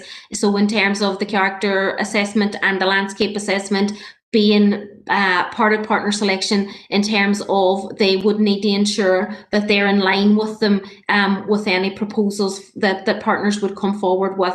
So members, we are still working very hard on that, and we're in line with the timescales that we agreed.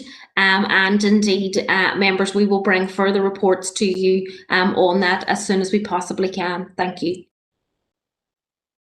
Karen, for that update. And I know it has been proposed by Alderman Ramsey and seconded by Councillor John Boyle. I think Alderman Hussey wants to come on to make a comment just before we finalise it off. Thank you, Chair, of the recommendation, and I suppose on the back of Councillor McCann's referral there to the Royal Navy, members will understand from my past comments that the photograph at the very beginning, my mum could have been one of those people, one of those wrens sitting on the wall, so she could. However, an absolutely fascinating report that has been presented, and as others have said, issues in there that I was totally unaware of, and it makes me wonder too about many other sites of a similar nature throughout our district area that also need to be looked at and considered for such careful moving forward, and opening up and revealing how those sites got there and what contribution they made to our heritage and culture through a long period of time. Totally delighted to support the recommendation, Chair. Thank you. Thank you, Alderman Hussey, for that there, and I do agree with your comments. Yes, this is a gem of a site, but there are other sites with huge historical value other than this one, but I suppose this is the one we're working on today. But as I said, it has been proposed and seconded, and I've heard no objections. So I'm happy to move on with that up until item 14. On to item 14. Thank you, members. Perhaps I'll just take this report quickly. The purpose of the report is to seek approval to for a revised subscription fee for membership of APSI's Energy Association. And members Chair. Yeah. Thank you, Chair.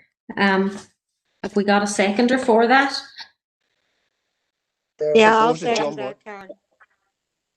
Okay, thank you, Chair. Are we happy with that? Yep. Members, are we happy to move on, keep going on with the business? Because from 15 to 23 is for nothing. Are we happy that we keep moving on with the business, or do we feel we need to take a comfort break? Keep her going. Okay, we're that. And it's good to see. Go ahead, Karen. Yeah, no, Chair, I was just going to say, members, those 9 reports, 15 to 23 are for information, but members, we're more than happy to pull any of them out and present them, or indeed take any questions that members may have in terms of any of the reports today. Thank you, Karen. I was just going to say that, although we're taking the items for information, 15 to 23, but if nobody wants to speak on them, or please indicate in the chat box. Sorry, I'm trying to get on the chat box here, Chair. Go ahead, David, when you're there. Yeah, what item? The one about Clooney master plan. That's an item information. 16. Item 16. Yeah. Right. Go ahead. Obviously, welcome the report. It's this is another very, very positive thing that's coming to fruition on the water side. This will see the extension of our greenway. It'll see a lot of our property in that area, green space, etc. Beside the new housing development, and the only issue that is currently at the minute, and I'm not sure if we have any more progress since the report, is on the situation with the transfer of lands from the EA. Because just declaring an interest on the cricket club, because I'm a member, just that obviously the cricket club now, the Glenderma Cricket Club, have been chosen now for major international matches, and it's very, very important for the club and for the community in the area that this transfer happens to get the piece of land made amenable, and not have basically a building site when the tournaments start. So I just would need a wee update on that, and welcome the report, and we look forward to further consultations with everyone in the area, and bring forward the ideas going forward. Thank you. Yeah, for that, already, Karen, do you want to come in just? I haven't actually got that update today, members, but we will find that out and we'll come back to Alderman Ramsey and update the committee at the next committee, if you're happy with that. It's just if there's anything too that we can do through our local MLAs, you know, because maybe that's what we need to do. We need to maybe get a bit of pressure put on, because we've had issues like this before, unfortunately, with land transfers from the Education Authority. Thank you. Chair, can I come in there? Just by means of update, I spoke to Colin earlier and he's confirmed that we've had some correspondence from the Education Authority, and we'll get an update report to committee on January. Thank you for that. Thank you for that, Conor. Our next indicated speaker is Councillor Edwards on item 18, which is the Mean Bog landslip. Yep.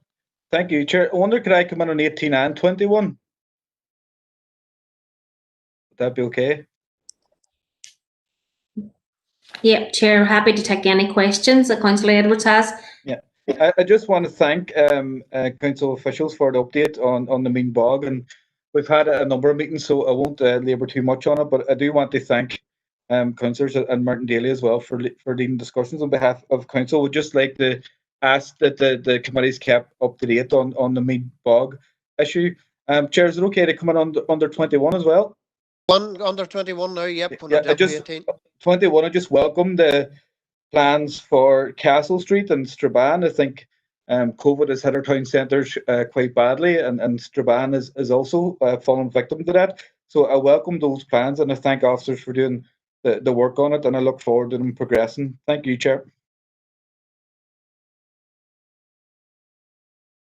Thank you, Chair. Members, we will, as we said, in terms of the COVID recovery report, members, it's obviously there for your information. However, we are actively working with the traders and with other stakeholders in terms of taking those projects forward. Members, you will, I hope, agree that they're quite exciting potential projects for the city and district. And indeed, we've had early positive engagement with a number of stakeholders, and indeed we will continue that work and bring further updates to members as and when we can. Thank you, Karen, for that, and there is no more indicated speakers to speak on those items for noting or for information. And we'll move on now. Do you have a proposer that we move into confidential? Post, Chair. Just say your name after. John Boyle. No, there was one before you there. It was Councillor McHugh, was it? Christopher Jackson. Yep. Christopher Jackson proposed, and Councillor John Boyle seconded that we move into confidential. Just give us a wee update, Karen, when we're offline. Yeah, I think